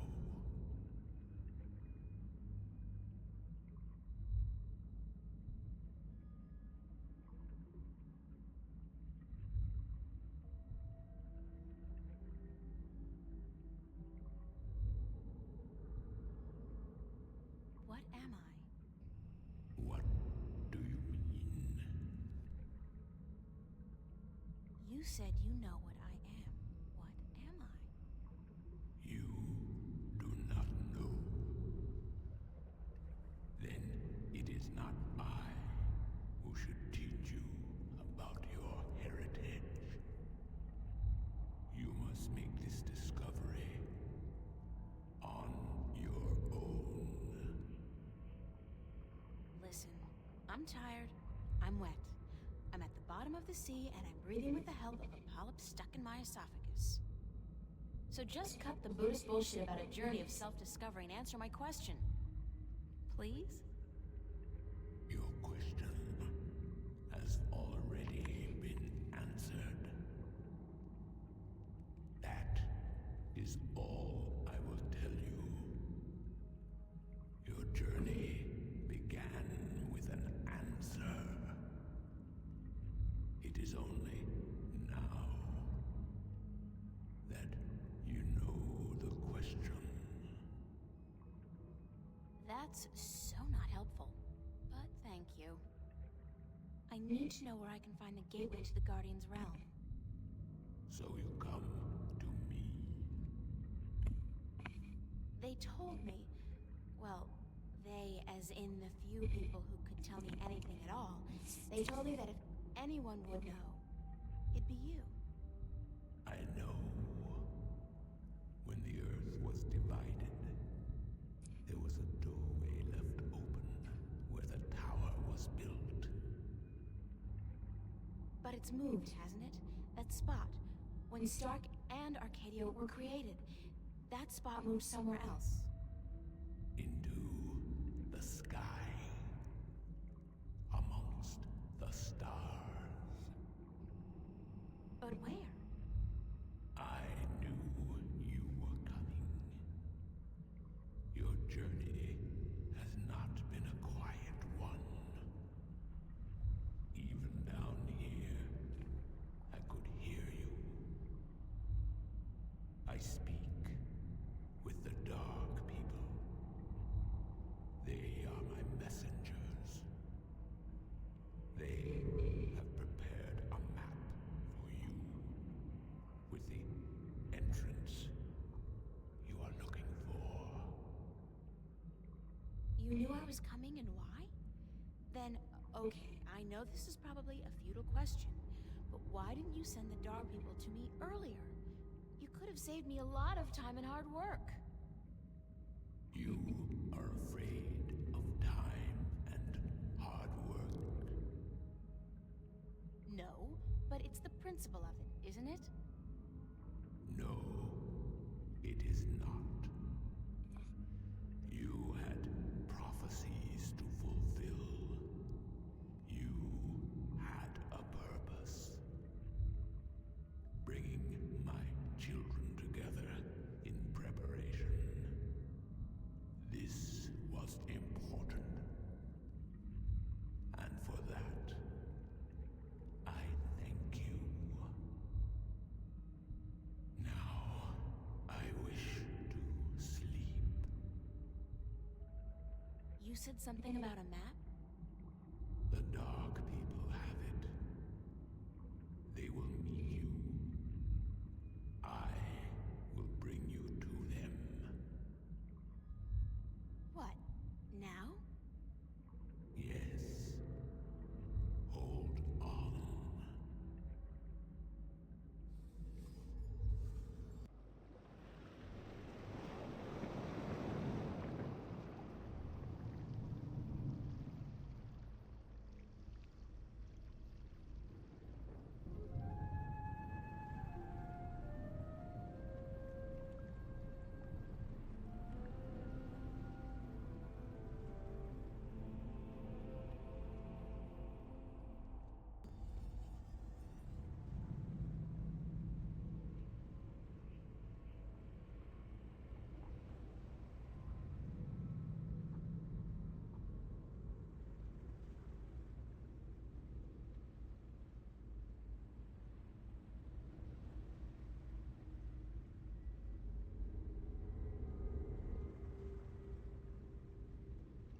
I can't see the face, but I think it's a man. A tall man wearing a dark cloak. He's one of the Dark People, whatever they are. Thanks for taking me on board. Who are you? Oh, well, I thought you... I mean, didn't the old dragon... Well, I'm April Ryan, from Stark, and I guess you're a dark person. But who are you? I'm just a student. Not anybody special. You are special. Who are you? I'm not. I'm just... I'm the Windbringer. I'm the Water Stiller. I'm April Bondu Mbata of the Banda and the Venar Kangang La. I'm a shifter. I will someday become the 13th Guardian, the protector of the balance. And I'm April Ryan. This is who I am. Yes, that is who you are. And you are a wave.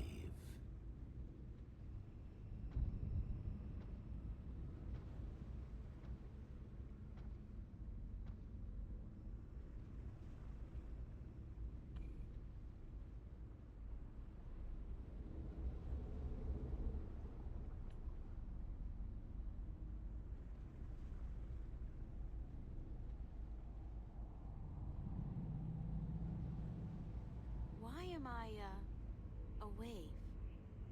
You have a purpose. You play an important part in the cosmos.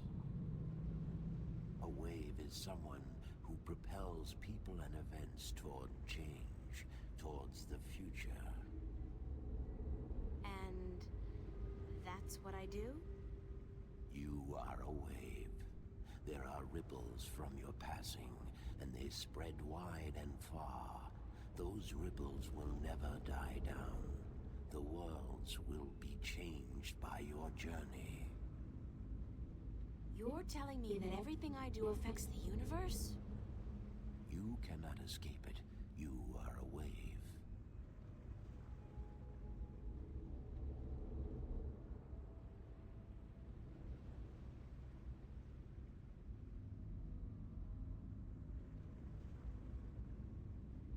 The ancient dragon, the blue of the Dragonkin, told me you had a map for me. A map of stars, yes. It was made for you in our library and given to me to hold. It is yours now. Keep it well. It is the only one.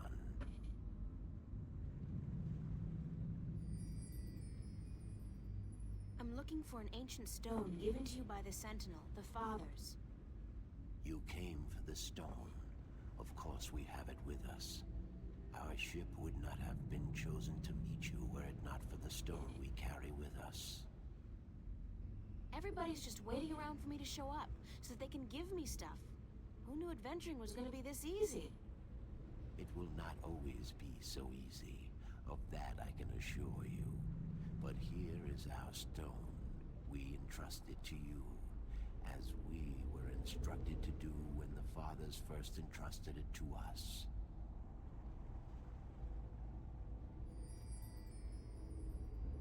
Can this ship take me back to Marcuria? I mean, would you mind?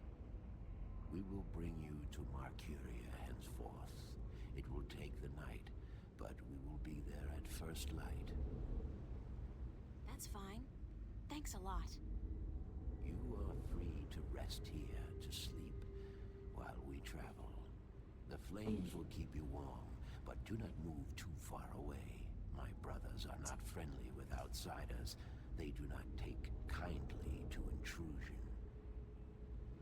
I'll keep that in mind. I'm staying right here. Good. Sleep.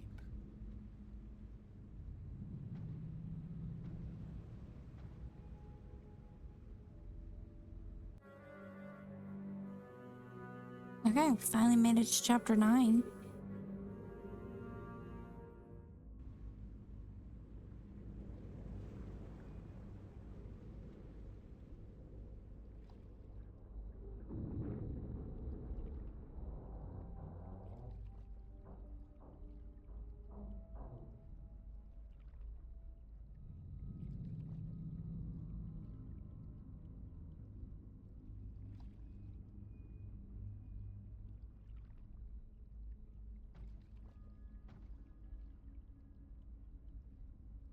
Did you sleep? Very comfortably, thanks. Where are we? In the Marcuria harbor. But there are barely any ships here. I do not know why. We must leave you here. We have other business. Carry your wave into the future, April. Whatever that means, I'll try.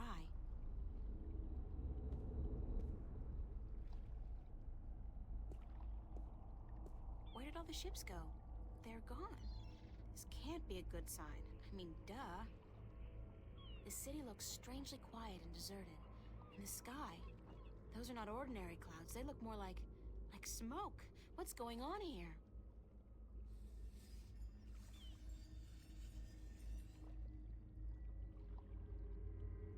Okay, I'm gonna save it here and end the stream for today. Thank you guys for watching, and I hope to see you next time. Take care. Bye.